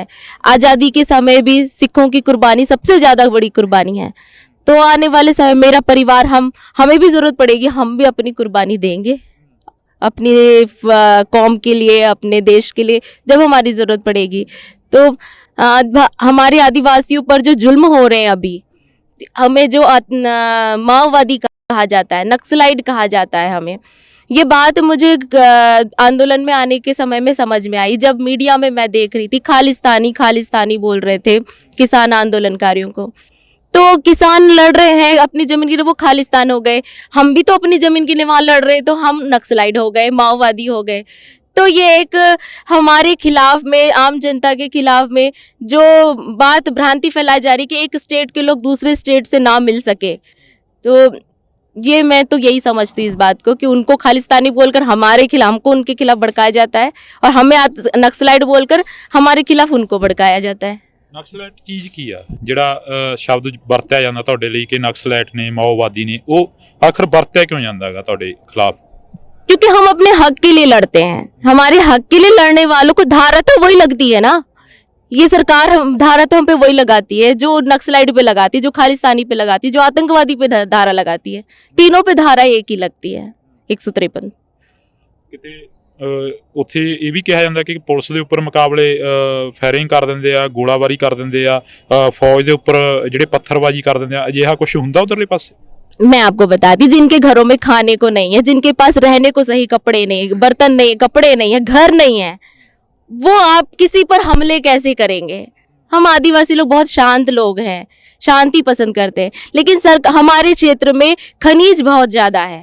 आपको सोना मिलेगा, हीरा मिलेगा, चांदी मिलेगा, कोयला मिलेगा, बॉक्साइट मिलेगा, लोहा मिलेगा, हर तरह के खनिज हमारे छत्तीसगढ़ में भरे हुए हैं, जिससे सरकार हमको अलग करना चाहती है। इसलिए सरकार पूरे देश में हमारे खिलाफ एक माहौल बना रही है कि हम नक्सलाइट हैं, हम खतरनाक लोग हैं।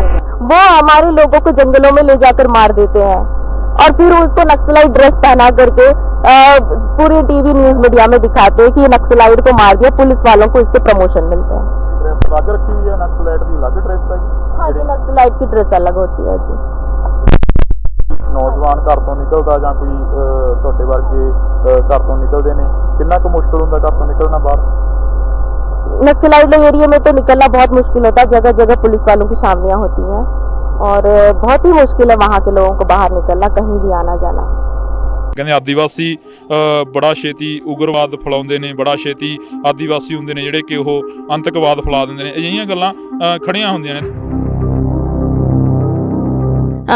हमारे आदिवासियों पर जो जुल्म हो रहे हैं अभी, हमें जो माओवादी कहा जाता है, नक्सलाइट कहा जाता है, हमें ये बात मुझे आंदोलन में आने के समय में समझ में आई, जब मीडिया में मैं देख रही थी खालिस्तानी खालिस्तानी बोल रहे थे किसान आंदोलनकारियों को। हम भी तो अपनी जमीन के लिए वहां लड़ रहे, तो हम नक्सलाइट हो गए, माओवादी हो गए। तो ये एक हमारे खिलाफ में, आम जनता के खिलाफ में जो बात भ्रांति फैलाई जा रही कि एक स्टेट के लोग दूसरे स्टेट से ना मिल सके। ਜਿਹੜਾ ਸ਼ਬਦ ਵਰਤਿਆ ਜਾਂਦਾ ਤੁਹਾਡੇ ਲਈ ਕਿ ਨਕਸਲੈਟ ਨੇ, ਮਾਓਵਾਦੀ ਨੇ, ਉਹ ਆਖਰ ਵਰਤਿਆ ਕਿਉਂ ਜਾਂਦਾ ਹੈਗਾ ਤੁਹਾਡੇ ਖਿਲਾਫ? क्योंकि हम अपने हक के लिए लड़ते हैं। ਉੱਥੇ ਇਹ ਵੀ ਕਿਹਾ ਜਾਂਦਾ ਕਿ ਪੁਲਿਸ ਦੇ ਉੱਪਰ ਮੁਕਾਬਲੇ ਫਾਇਰਿੰਗ ਕਰ ਦਿੰਦੇ ਆ, ਗੋਲਾਬਾਰੀ ਕਰ ਦਿੰਦੇ ਆ, ਫੌਜ ਦੇ ਉੱਪਰ ਜਿਹੜੇ ਪੱਥਰਬਾਜ਼ੀ ਕਰ ਦਿੰਦੇ ਆ, ਅਜਿਹਾ ਕੁਝ ਹੁੰਦਾ ਉਧਰਲੇ ਪਾਸੇ? मैं आपको बताती, जिनके घरों में खाने को नहीं है, जिनके पास रहने को सही कपड़े नहीं, बर्तन नहीं, कपड़े नहीं है, घर नहीं है, वो आप किसी पर हमले कैसे करेंगे? ਕਿਸਾਨੀ ਅੰਦੋਲਨ ਨੇ ਵੀ ਬਹੁਤ ਕੁਝ ਦਿੱਤਾ। ਕਿਸਾਨੀ ਅੰਦੋਲਨ ਦੇ ਵਿੱਚ ਜਿੱਥੇ ਨਿਹੰਗ ਸਿੰਘ ਮੂਰੇ ਲੱਗ ਕੇ ਬੈਠੇ ਰਹੇ, ਜਿੱਥੇ ਨਿਹੰਗ ਸਿੰਘ ਬੈਰੀਗੇਟਾਂ ਦੇ ਜਮਾ ਨਜ਼ਦੀਕ ਬੈਠੇ ਰਹੇ, ਜਿੱਥੇ ਅਥਰੂ ਗੈਸ ਤੇ ਗੋਲੇ ਡਿੱਗੇ ਸੀ ਕਿਸੇ ਟਾਈਮ, ਤਾਂ ਉੱਥੇ ਕਿਸਾਨੀ ਅੰਦੋਲਨ ਨੇ ਆਦੀਵਾਸੀਆਂ ਨੂੰ ਵੀ ਇੱਕ ਨਿਹੰਗ ਸਿੰਘ ਦਾ ਰੂਪ ਦਿੱਤਾ। ਤਾਂ ਅਸੀਂ ਬੀਬੀ ਰਣਜੀਤ ਕੌਰ ਦੇ ਨਾਲ ਵੀ ਗੱਲਬਾਤ ਕਰਾਂਗੇ। ਵਾਹਿਗੁਰੂ ਜੀ ਕਾ ਖਾਲਸਾ, ਵਾਹਿਗੁਰੂ ਜੀ ਕੀ ਫਤਿਹ। वाहिगुरु जी का खालसा, वाहिगुरु जी की फतेह। ਕਿੱਥੋਂ ਦੇ ਰਹਿਣ ਵਾਲੇ ਹੋ? मैं छत्तीसगढ़ रायगढ़ डिस्ट्रिक्ट से हूँ। हाँ जी। ਆਦੀਵਾਸੀਆਂ ਦੇ ਉੱਪਰ ਕਾਫੀ ਸਵਾਲ ਖੜੇ ਹੁੰਦੇ ਨੇ, ਕਹਿੰਦੇ ਆਦੀਵਾਸੀ ਬੜਾ ਛੇਤੀ ਉਗਰਵਾਦ ਫੈਲਾਉਂਦੇ ਨੇ, ਬੜਾ ਛੇਤੀ ਆਦੀਵਾਸੀ ਹੁੰਦੇ ਨੇ ਜਿਹੜੇ ਕਿ ਉਹ ਅੰਤਕਵਾਦ ਫੈਲਾ ਦਿੰਦੇ ਨੇ। ਅਜਿਹੀਆਂ ਗੱਲਾਂ ਖੜੀਆਂ ਹੁੰਦੀਆਂ ਨੇ। ਤੁਹਾਨੂੰ ਕੀ ਲੱਗਦਾ, ਤੁਸੀਂ ਉਧਰਲੇ ਏਰੀਏ ਦੇ ਹੋ, ਜਦੋਂ ਨਿਹੰਗ ਸਿੰਘ ਬਾਣੇ ਦੇ ਵਿੱਚ ਆਏ, ਬਾਬਾ ਰਾਜਾ ਰਾਜ ਸਿੰਘ ਨੂੰ ਮਿਲੇ, ਤਾਂ ਮਹਿਸੂਸ ਕੀ ਹੋਇਆ ਤੁਹਾਨੂੰ? मैं 1.25 हूँ। सबसे पहले तो मैंने यही महसूस किया, अपने अंदर एक शक्ति महसूस की जो मैं अकेलापन महसूस करती थी। अब लोग मेरे पास, वहाँ काफ़ी लोग आते हैं कि दीदी आइए हमारे साथ, वहाँ सारे मुझे दीदी बोलते हैं, तो दीदी आइए हमारे पास में, हमें हेल्प कीजिए, मदद कीजिए, हमारे साथ जो कोई भी जुल्म होता है वो पूछते हैं। लोग ये भी बोलते हैं कि आपने जब गुरु का बाणा पाया, आपके ऊपर गुरु की बहुत बड़ी आशीष हुई है, तो सम्मान भी बहुत मिलता है। और मैं खुद भी अपने आप में बहुत मजबूत महसूस करती हूँ। जो पहले कमजोरी महसूस होती थी वो अब नहीं है। पहले हम ईसाई परिवार से थे, आदिवासी तो थे, लेकिन हमारे जो पूर्वज थे उन्होंने ईसाई धर्म धारण किया था।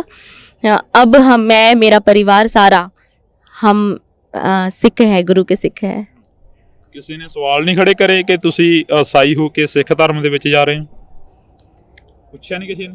पूछा, बहुत सारे लोगों ने पूछा, पर अपना देश धर्मनिरपेक्ष राष्ट्र है और सिक्की जो है वो, ये मेरी सोच है कि जब मैं ईसाई थी, हम ईसाई हैं, तो जीसस क्राइस्ट ने हमारे देश में तो ऐसा कुछ कार्य किया नहीं अपने जीवन काल में, मगर गुरु साहब ने, जितने भी हमारे संत हुए, सिख संत हुए, भक्त, उन्होंने कितनी कुर्बानियाँ दी है। जैसे आज हम यहाँ फतेहगढ़ साहब में आए हैं, तो उन्होंने हमारे लिए कितनी कुर्बानी दी है।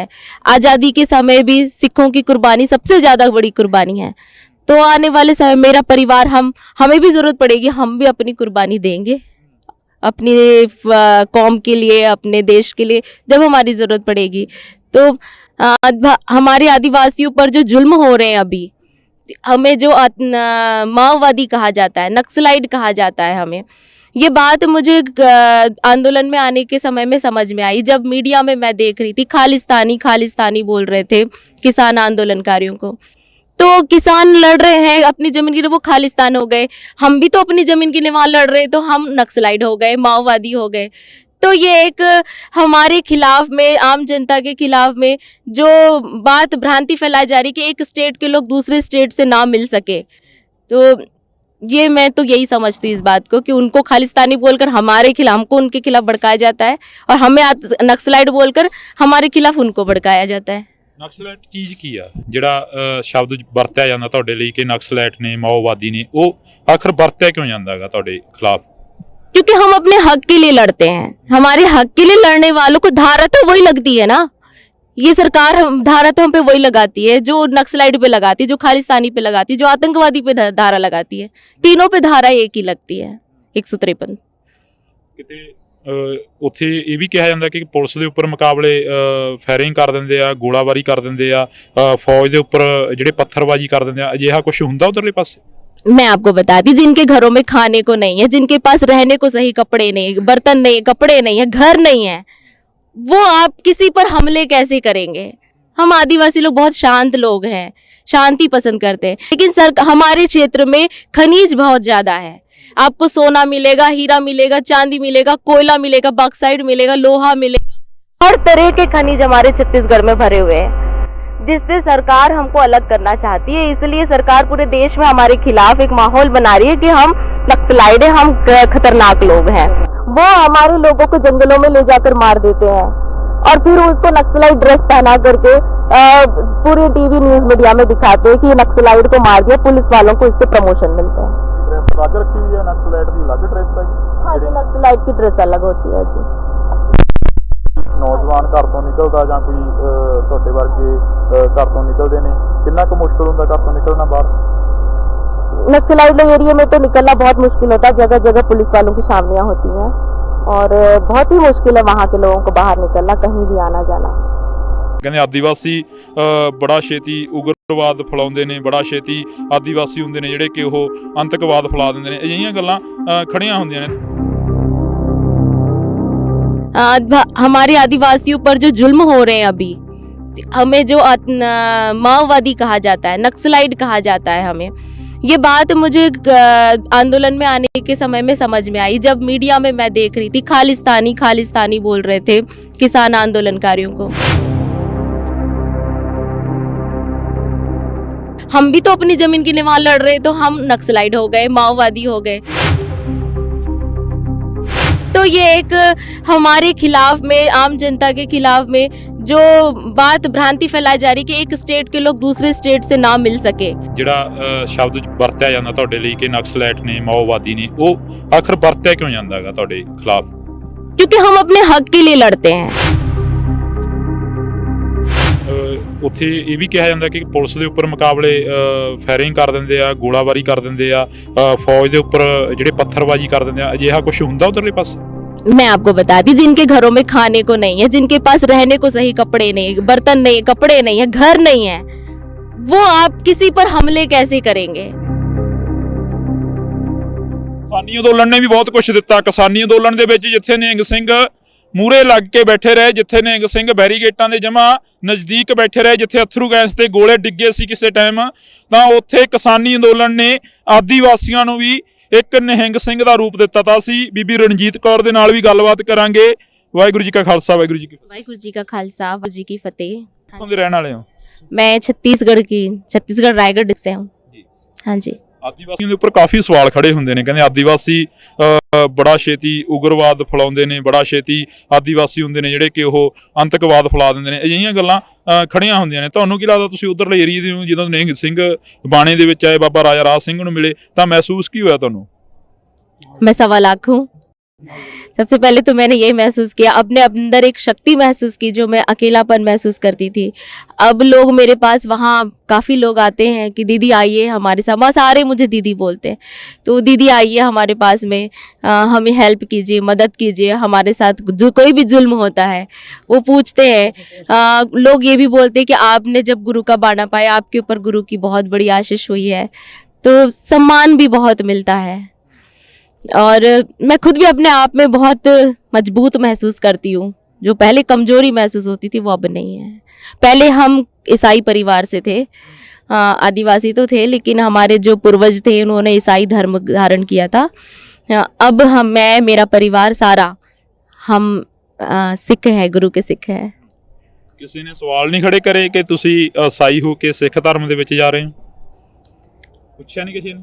पूछा, बहुत सारे लोगों ने पूछा, पर अपना देश धर्मनिरपेक्ष राष्ट्र है और सिक्की जो है वो, ये मेरी सोच है कि जब मैं ईसाई थी, हम ईसाई हैं, तो जीसस क्राइस्ट ने हमारे देश में तो ऐसा कुछ कार्य किया नहीं अपने जीवन काल में, मगर गुरु साहब ने, जितने भी हमारे संत हुए, सिख संत हुए, भक्त, उन्होंने कितनी कुर्बानियाँ दी है। जैसे आज हम यहाँ फतेहगढ़ साहब में आए हैं, तो उन्होंने हमारे लिए कितनी कुर्बानी दी है। आज़ादी के समय भी सिखों की कुर्बानी सबसे ज़्यादा बड़ी कुर्बानी है। तो आने वाले समय मेरा परिवार, हमें भी ज़रूरत पड़ेगी, हम भी अपनी कुर्बानी देंगे अपनी कौम के लिए, अपने देश के लिए, जब हमारी ज़रूरत पड़ेगी। तो हमारे आदिवासियों पर जो जुल्म हो रहे हैं अभी, हमें जो माओवादी कहा जाता है, नक्सलाइट कहा जाता है, हमें ये बात मुझे आंदोलन में आने के समय में समझ में आई, जब मीडिया में मैं देख रही थी खालिस्तानी खालिस्तानी बोल रहे थे किसान आंदोलनकारियों को। तो किसान लड़ रहे हैं अपनी जमीन के लिए, वो खालिस्तान हो गए। हम भी तो अपनी जमीन के लिए वहां लड़ रहे, तो हम नक्सलाइट हो गए, माओवादी हो गए। तो ये एक हमारे खिलाफ में, आम जनता के खिलाफ में जो बात भ्रांति फैलाई जा रही कि एक स्टेट के लोग दूसरे स्टेट से ना मिल सके, तो ये मैं तो यही समझती हूँ इस बात को कि उनको खालिस्तानी बोलकर हमारे खिलाफ, हमको उनके खिलाफ भड़काया जाता है, और हमें नक्सलाइट बोलकर हमारे खिलाफ उनको भड़काया जाता है।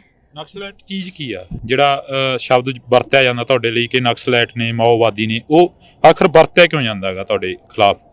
क्योंकि हम अपने हक के लिए लड़ते हैं। हमारे हक के लिए लड़ने वालों को धारा तो वही लगती है ना। ये सरकार धारा तो हम पे वही लगाती है जो नक्सलाइट पे लगाती है, जो खालिस्तानी पे लगाती है, जो आतंकवादी पे धारा लगाती है। तीनों पे धारा एक ही लगती है, 153। ਕਿਤੇ ਉੱਥੇ ਇਹ ਵੀ ਕਿਹਾ ਜਾਂਦਾ ਕਿ ਪੁਲਿਸ ਦੇ ਉੱਪਰ ਮੁਕਾਬਲੇ ਫਾਇਰਿੰਗ ਕਰ ਦਿੰਦੇ ਆ, ਗੋਲਾਬਾਰੀ ਕਰ ਦਿੰਦੇ ਆ, ਫੌਜ ਦੇ ਉੱਪਰ ਜਿਹੜੇ ਪੱਥਰਬਾਜ਼ੀ ਕਰ ਦਿੰਦੇ ਆ, ਅਜਿਹਾ ਕੁਝ ਹੁੰਦਾ ਉਧਰਲੇ ਪਾਸੇ? मैं आपको बताती, जिनके घरों में खाने को नहीं है, जिनके पास रहने को सही कपड़े नहीं, बर्तन नहीं, कपड़े नहीं है, घर नहीं है, वो आप किसी पर हमले कैसे करेंगे? हम आदिवासी लोग बहुत शांत लोग हैं, शांति पसंद करते हैं, लेकिन हमारे क्षेत्र में खनिज बहुत ज्यादा है। आपको सोना मिलेगा, हीरा मिलेगा, चांदी मिलेगा, कोयला मिलेगा, बॉक्साइट मिलेगा, लोहा मिलेगा, हर तरह के खनिज हमारे छत्तीसगढ़ में भरे हुए हैं, जिससे सरकार हमको अलग करना चाहती है। इसलिए सरकार पूरे देश में हमारे खिलाफ एक माहौल बना रही है कि हम नक्सलाइट हैं, हम खतरनाक लोग हैं। वो हमारे लोगों को जंगलों में ले जाकर मार देते हैं और फिर उसको नक्सलाइट ड्रेस पहना करके पूरे टीवी न्यूज मीडिया में दिखाते हैं कि ये नक्सलाइट को मार दिया, पुलिस वालों को इससे प्रमोशन मिलते हैं। ड्रेस अलग रखी हुई है, नक्सलाइट की अलग ड्रेस है? हाँ जी, नक्सलाइट की ड्रेस अलग होती है जी।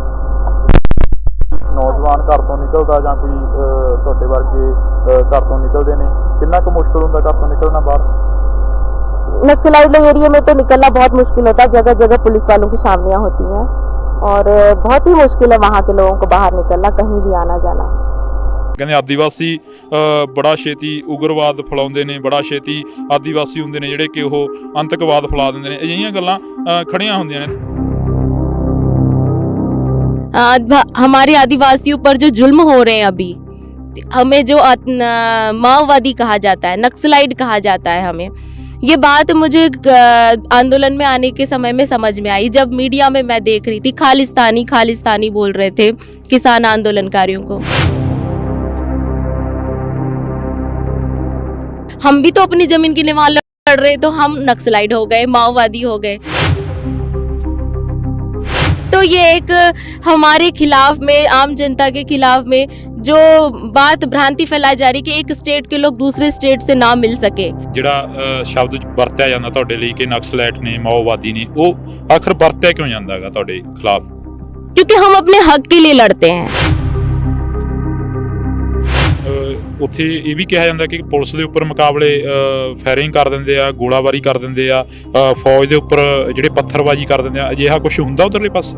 मैं आपको बताती, जिनके घरों में खाने को नहीं है, जिनके पास रहने को सही कपड़े नहीं, बर्तन नहीं, कपड़े नहीं है, घर नहीं है, वो आप किसी पर हमले कैसे करेंगे?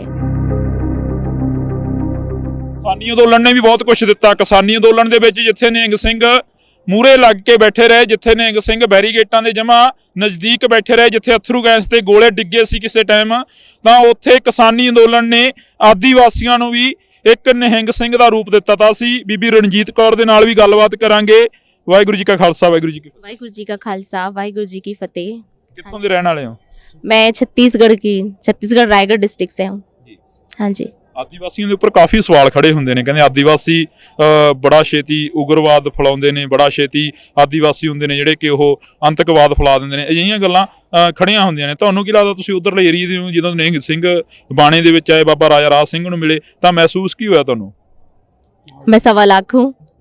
सबसे पहले तो मैंने यही महसूस किया, अपने अंदर एक शक्ति महसूस की जो मैं अकेलापन महसूस करती थी। अब लोग मेरे पास, वहाँ काफ़ी लोग आते हैं कि दीदी आइए हमारे साथ, वहाँ सारे मुझे दीदी बोलते हैं, तो दीदी आइए हमारे पास में, हमें हेल्प कीजिए, मदद कीजिए, हमारे साथ जो कोई भी जुल्म होता है वो पूछते हैं। लोग ये भी बोलते हैं कि आपने जब गुरु का बाना पाया, आपके ऊपर गुरु की बहुत बड़ी आशीष हुई है, तो सम्मान भी बहुत मिलता है। और मैं खुद भी अपने आप में बहुत मजबूत महसूस करती हूँ। जो पहले कमजोरी महसूस होती थी वो अब नहीं है। पहले हम ईसाई परिवार से थे, आदिवासी तो थे, लेकिन हमारे जो पूर्वज थे उन्होंने ईसाई धर्म धारण किया था। अब मैं मेरा परिवार सारा हम सिख हैं, गुरु के सिख हैं। ਕਿਸੇ ਨੇ ਸਵਾਲ ਨਹੀਂ ਖੜੇ ਕਰੇ ਕਿ ਤੁਸੀਂ ਈਸਾਈ ਹੋ ਕੇ ਸਿੱਖ ਧਰਮ ਦੇ ਵਿੱਚ ਜਾ ਰਹੇ ਹੋ? ਪੁੱਛਿਆ ਨਹੀਂ ਕਿਸੇ ਨੇ?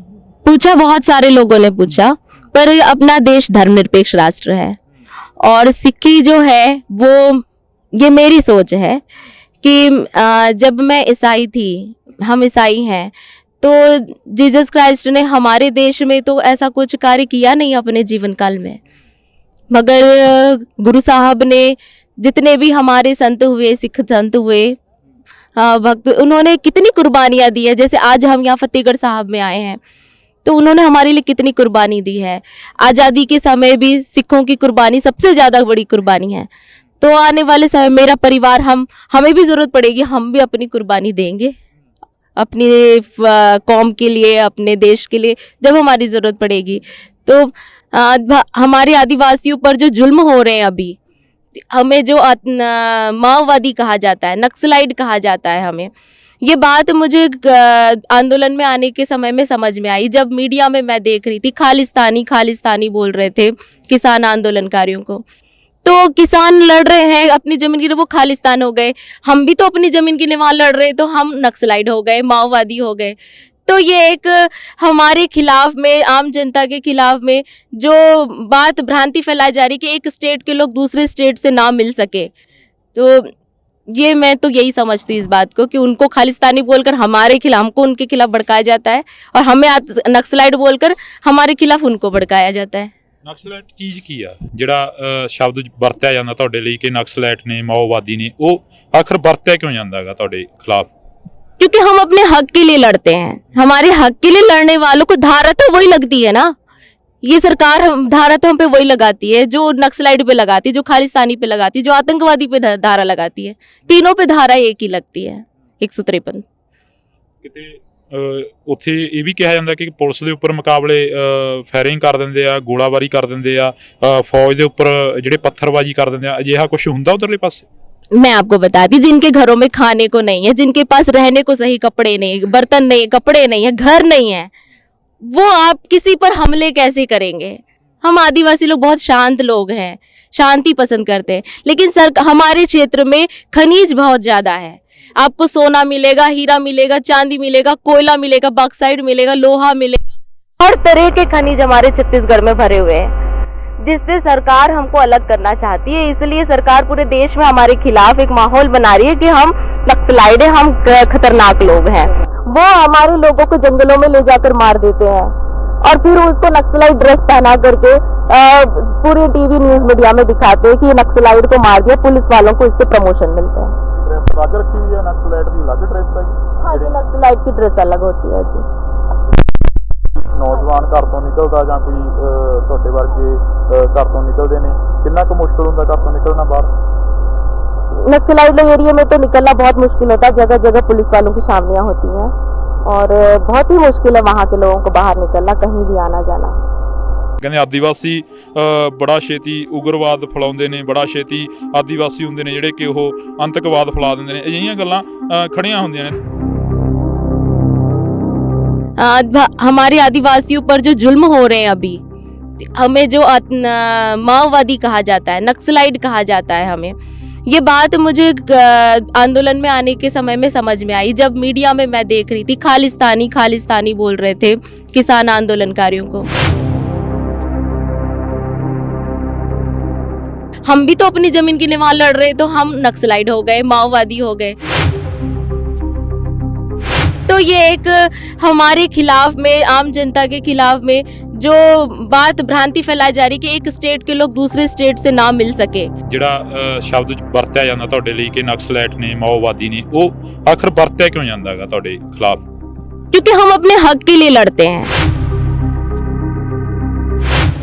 ਉੱਥੇ ਇਹ ਵੀ ਕਿਹਾ ਜਾਂਦਾ ਕਿ ਪੁਲਿਸ ਦੇ ਉੱਪਰ ਮੁਕਾਬਲੇ ਫਾਇਰਿੰਗ ਕਰ ਦਿੰਦੇ ਆ, ਗੋਲਾਬਾਰੀ ਕਰ ਦਿੰਦੇ ਆ, ਫੌਜ ਦੇ ਉੱਪਰ ਜਿਹੜੇ ਪੱਥਰਬਾਜੀ ਕਰ ਦਿੰਦੇ ਆ, ਅਜਿਹਾ ਕੁਝ ਹੁੰਦਾ ਉਧਰਲੇ ਪਾਸੇ? मैं आपको बताती, जिनके घरों में खाने को नहीं है, जिनके पास रहने को सही कपड़े नहीं, बर्तन नहीं, कपड़े नहीं है, घर नहीं है, वो आप किसी पर हमले कैसे करेंगे? ਕਿਸਾਨੀ ਅੰਦੋਲਨ ਨੇ ਵੀ ਬਹੁਤ ਕੁਝ ਦਿੱਤਾ। ਕਿਸਾਨੀ ਅੰਦੋਲਨ ਦੇ ਵਿੱਚ ਜਿੱਥੇ ਨਿਹੰਗ ਸਿੰਘ ਮੂਰੇ ਲੱਗ ਕੇ ਬੈਠੇ ਰਹੇ, ਜਿੱਥੇ ਨਿਹੰਗ ਸਿੰਘ ਬੈਰੀਗੇਟਾਂ ਦੇ ਜਮਾ ਨਜ਼ਦੀਕ ਬੈਠੇ ਰਹੇ, ਜਿੱਥੇ ਅਥਰੂ ਗੈਸ ਤੇ ਗੋਲੇ ਡਿੱਗੇ ਸੀ ਕਿਸੇ ਟਾਈਮ, ਤਾਂ ਉੱਥੇ ਕਿਸਾਨੀ ਅੰਦੋਲਨ ਨੇ ਆਦੀਵਾਸੀਆਂ ਨੂੰ ਵੀ ਇੱਕ ਨਿਹੰਗ ਸਿੰਘ ਦਾ ਰੂਪ ਦਿੱਤਾ। ਤਾਂ ਅਸੀਂ ਬੀਬੀ ਰਣਜੀਤ ਕੌਰ ਦੇ ਨਾਲ ਵੀ ਗੱਲਬਾਤ ਕਰਾਂਗੇ। ਵਾਹਿਗੁਰੂ ਜੀ ਕਾ ਖਾਲਸਾ, ਵਾਹਿਗੁਰੂ ਜੀ ਕੀ ਫਤਿਹ। वाहिगुरु जी का खालसा वाहिगुरु जी की फतेह। ਕਿੱਥੋਂ ਦੇ ਰਹਿਣ ਵਾਲੇ ਹੋ? मैं छत्तीसगढ़ रायगढ़ डिस्ट्रिक्ट से। हाँ जी। ਆਦੀਵਾਸੀਆਂ ਦੇ ਉੱਪਰ ਕਾਫੀ ਸਵਾਲ ਖੜੇ ਹੁੰਦੇ ਨੇ। ਕਹਿੰਦੇ ਆਦੀਵਾਸੀ ਬੜਾ ਛੇਤੀ ਉਗਰਵਾਦ ਫੈਲਾਉਂਦੇ ਨੇ, ਬੜਾ ਛੇਤੀ ਆਦੀਵਾਸੀ ਹੁੰਦੇ ਨੇ ਜਿਹੜੇ ਕਿ ਉਹ ਅੰਤਕਵਾਦ ਫੈਲਾ ਦਿੰਦੇ ਨੇ। ਅਜਿਹੀਆਂ ਗੱਲਾਂ ਖੜੀਆਂ ਹੁੰਦੀਆਂ ਨੇ। ਤੁਹਾਨੂੰ ਕੀ ਲੱਗਦਾ, ਤੁਸੀਂ ਉਧਰਲੇ ਏਰੀਏ ਦੇ ਹੋ, ਜਦੋਂ ਨਿਹੰਗ ਸਿੰਘ ਬਾਣੇ ਦੇ ਵਿੱਚ ਆਏ, ਬਾਬਾ ਰਾਜਾ ਰਾਜ ਸਿੰਘ ਨੂੰ ਮਿਲੇ, ਤਾਂ ਮਹਿਸੂਸ ਕੀ ਹੋਇਆ ਤੁਹਾਨੂੰ?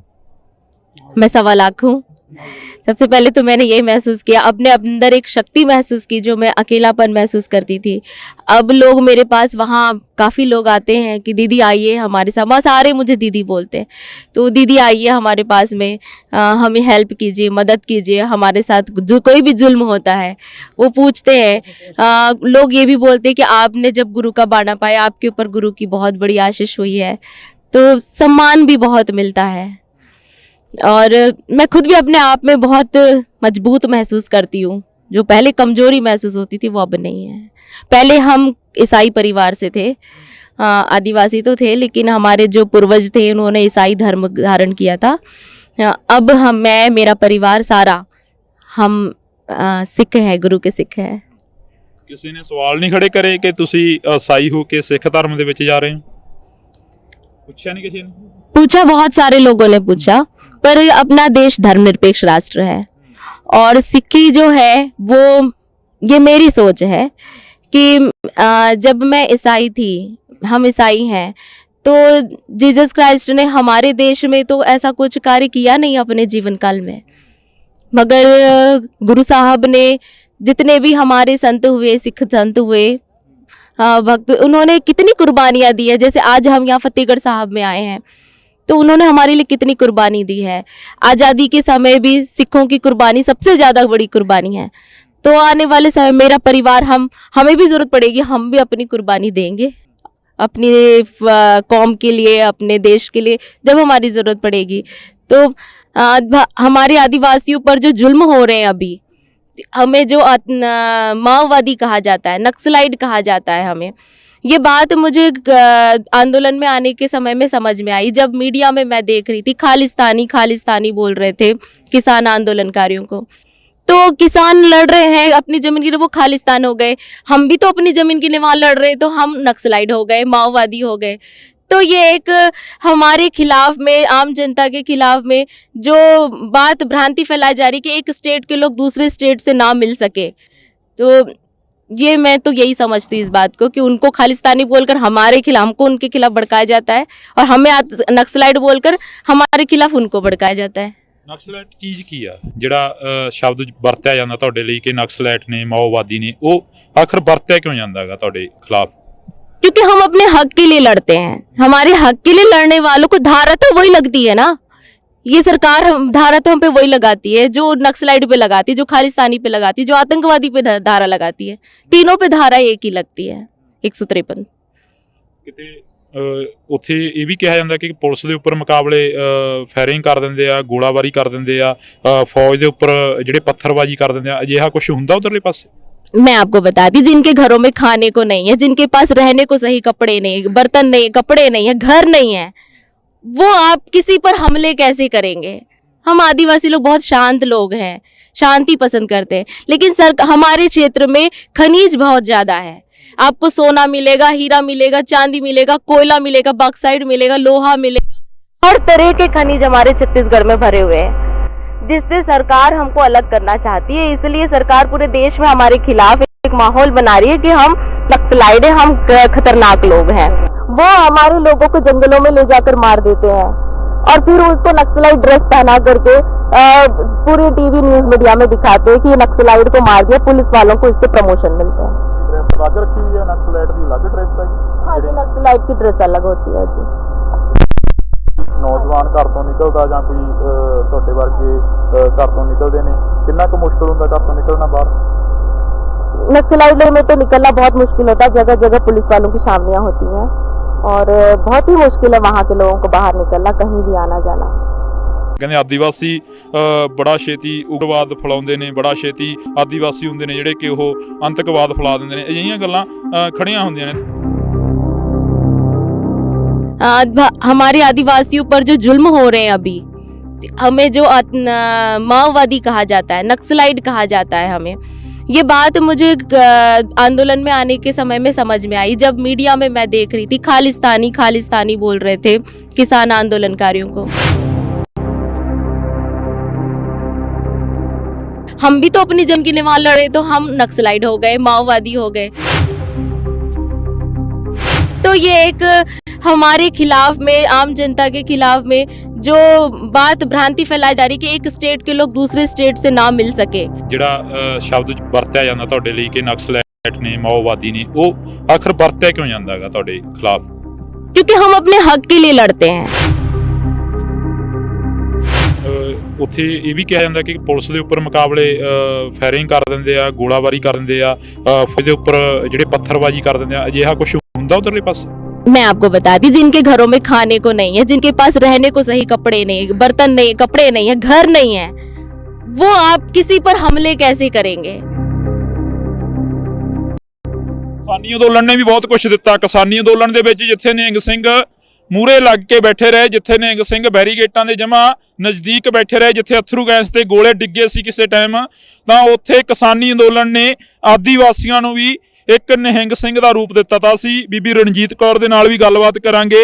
ਵਾਹਿਗੁਰੂ ਜੀ ਕਾ ਖਾਲਸਾ, ਵਾਹਿਗੁਰੂ ਜੀ ਕੀ ਫਤਿਹ। वाहिगुरु जी का खालसा, वाहिगुरु जी की फतेह। ਕਿੱਥੋਂ ਦੇ ਰਹਿਣ ਵਾਲੇ ਹੋ? मैं छत्तीसगढ़ डिस्ट्रिक्ट से हूँ। हाँ जी।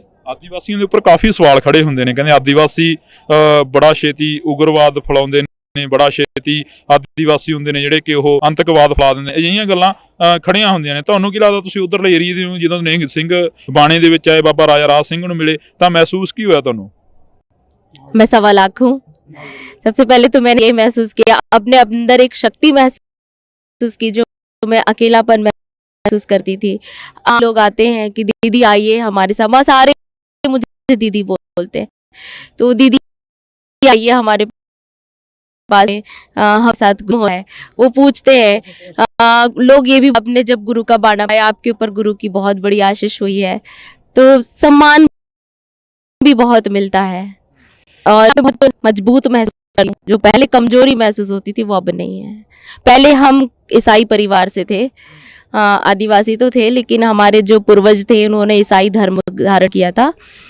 अब मैं, मेरा परिवार, हम सिख हैं, गुरु के सिख हैं। ਕਿਸੇ ਨੇ ਸਵਾਲ ਨਹੀਂ ਖੜੇ ਕਰੇ ਕਿ ਤੁਸੀਂ ਈਸਾਈ ਹੋ ਕੇ ਸਿੱਖ ਧਰਮ ਦੇ ਵਿੱਚ ਜਾ ਰਹੇ ਹੋ? ਪੁੱਛਿਆ ਨਹੀਂ ਕਿਸੇ ਨੇ? पूछा, बहुत सारे लोगों ने पूछा,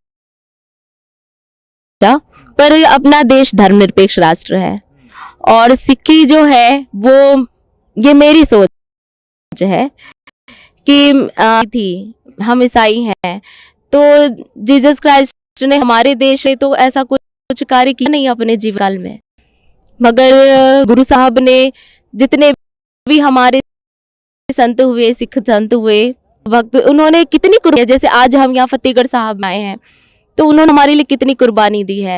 आज़ादी के समय भी सिखों की कुर्बानी सबसे ज़्यादा बड़ी कुर्बानी है। तो आने वाले समय मेरा परिवार, हमें भी ज़रूरत पड़ेगी, हम भी अपनी कुर्बानी दें अपनी कौम के लिए, अपने देश के लिए, जब हमारी ज़रूरत पड़ेगी। तो हमारे आदिवासियों पर जो जुल्म हो रहे हैं अभी, हमें जो माओवादी कहा जाए, नक्सल कहा जाता है, हमें ये बात मुझे आंदोलन में आने के समय में समझ में आई, जब मीडिया में मैं देख रही थी खालिस्तानी खालिस्तानी बोल रहे थे किसान आंदोलनकारियों को। तो किसान लड़ रहे हैं अपनी जमीन के लिए, वो खालिस्तान हो गए। हम भी तो अपनी जमीन के लिए वहां लड़ रहे, तो हम नक्सलाइट हो गए, माओवादी हो गए। तो ये एक हमारे खिलाफ में, आम जनता के खिलाफ में जो बात भ्रांति फैलाई जा रही है, एक स्टेट के लोग दूसरे स्टेट से ना मिल सके, तो ये मैं तो यही समझती हूँ इस बात को, कि उनको खालिस्तानी बोलकर हमारे खिलाफ, हमको उनके खिलाफ भड़काया जाता है, और हमें नक्सलाइट बोलकर हमारे खिलाफ उनको भड़काया जाता है। ਨਕਸਲਾਈਟ ਚੀਜ਼ ਕੀ ਆ ਜਿਹੜਾ ਸ਼ਬਦ ਵਰਤਿਆ ਜਾਂਦਾ ਤੁਹਾਡੇ ਲਈ ਕਿ ਨਕਸਲਾਈਟ ਨੇ, ਮਾਓਵਾਦੀ ਨੇ, ਉਹ ਆਖਰ ਵਰਤਿਆ ਕਿਉਂ ਜਾਂਦਾ ਹੈਗਾ ਤੁਹਾਡੇ ਖਿਲਾਫ? क्योंकि हम अपने हक के लिए लड़ते हैं। हमारे हक के लिए लड़ने वालों को धारा तो वही लगती है ना, ये सरकार धारा तो हम पे वही लगाती है जो नक्सलाइट पे लगाती है, जो खालिस्तानी पे लगाती है, जो आतंकवादी पे धारा लगाती है। तीनों पे धारा एक ही लगती है 153। ਕਿਤੇ ਉੱਥੇ ਇਹ ਵੀ ਕਿਹਾ ਜਾਂਦਾ ਕਿ ਪੁਲਿਸ ਦੇ ਉੱਪਰ ਮੁਕਾਬਲੇ ਫਾਇਰਿੰਗ ਕਰ ਦਿੰਦੇ ਆ, ਗੋਲਾਬਾਰੀ ਕਰ ਦਿੰਦੇ ਆ, ਫੌਜ ਦੇ ਉੱਪਰ ਜਿਹੜੇ ਪੱਥਰਬਾਜੀ ਕਰ ਦਿੰਦੇ ਆ, ਅਜਿਹਾ ਕੁਝ ਹੁੰਦਾ ਉਧਰਲੇ ਪਾਸੇ? मैं आपको बताती, जिनके घरों में खाने को नहीं है, जिनके पास रहने को सही कपड़े नहीं, बर्तन नहीं, कपड़े नहीं है, घर नहीं है, वो आप किसी पर हमले कैसे करेंगे? हम आदिवासी लोग बहुत शांत लोग हैं, शांति पसंद करते हैं, लेकिन सर हमारे क्षेत्र में खनिज बहुत ज्यादा है। आपको सोना मिलेगा, हीरा मिलेगा, चांदी मिलेगा, कोयला मिलेगा, बॉक्साइट मिलेगा, लोहा मिलेगा, हर तरह के खनिज हमारे छत्तीसगढ़ में हुए हैं, जिससे सरकार हमको अलग करना चाहती है। इसलिए सरकार पूरे देश में हमारे खिलाफ एक माहौल बना रही है कि हम खतरनाक लोग हैं। वो हमारे लोगों को जंगलों में ले जाकर मार देते हैं, उसको नक्सलाइट ड्रेस पहना करके पूरे टीवी न्यूज मीडिया में दिखा रहे कि नक्सलाइट को मार दिया, पुलिस वालों को। हाँ जी, नक्सलाइट की ड्रेस अलग है। ਘਰ ਤੋਂ ਨਿਕਲ ਵੱਡੇ ਬੱਚੇ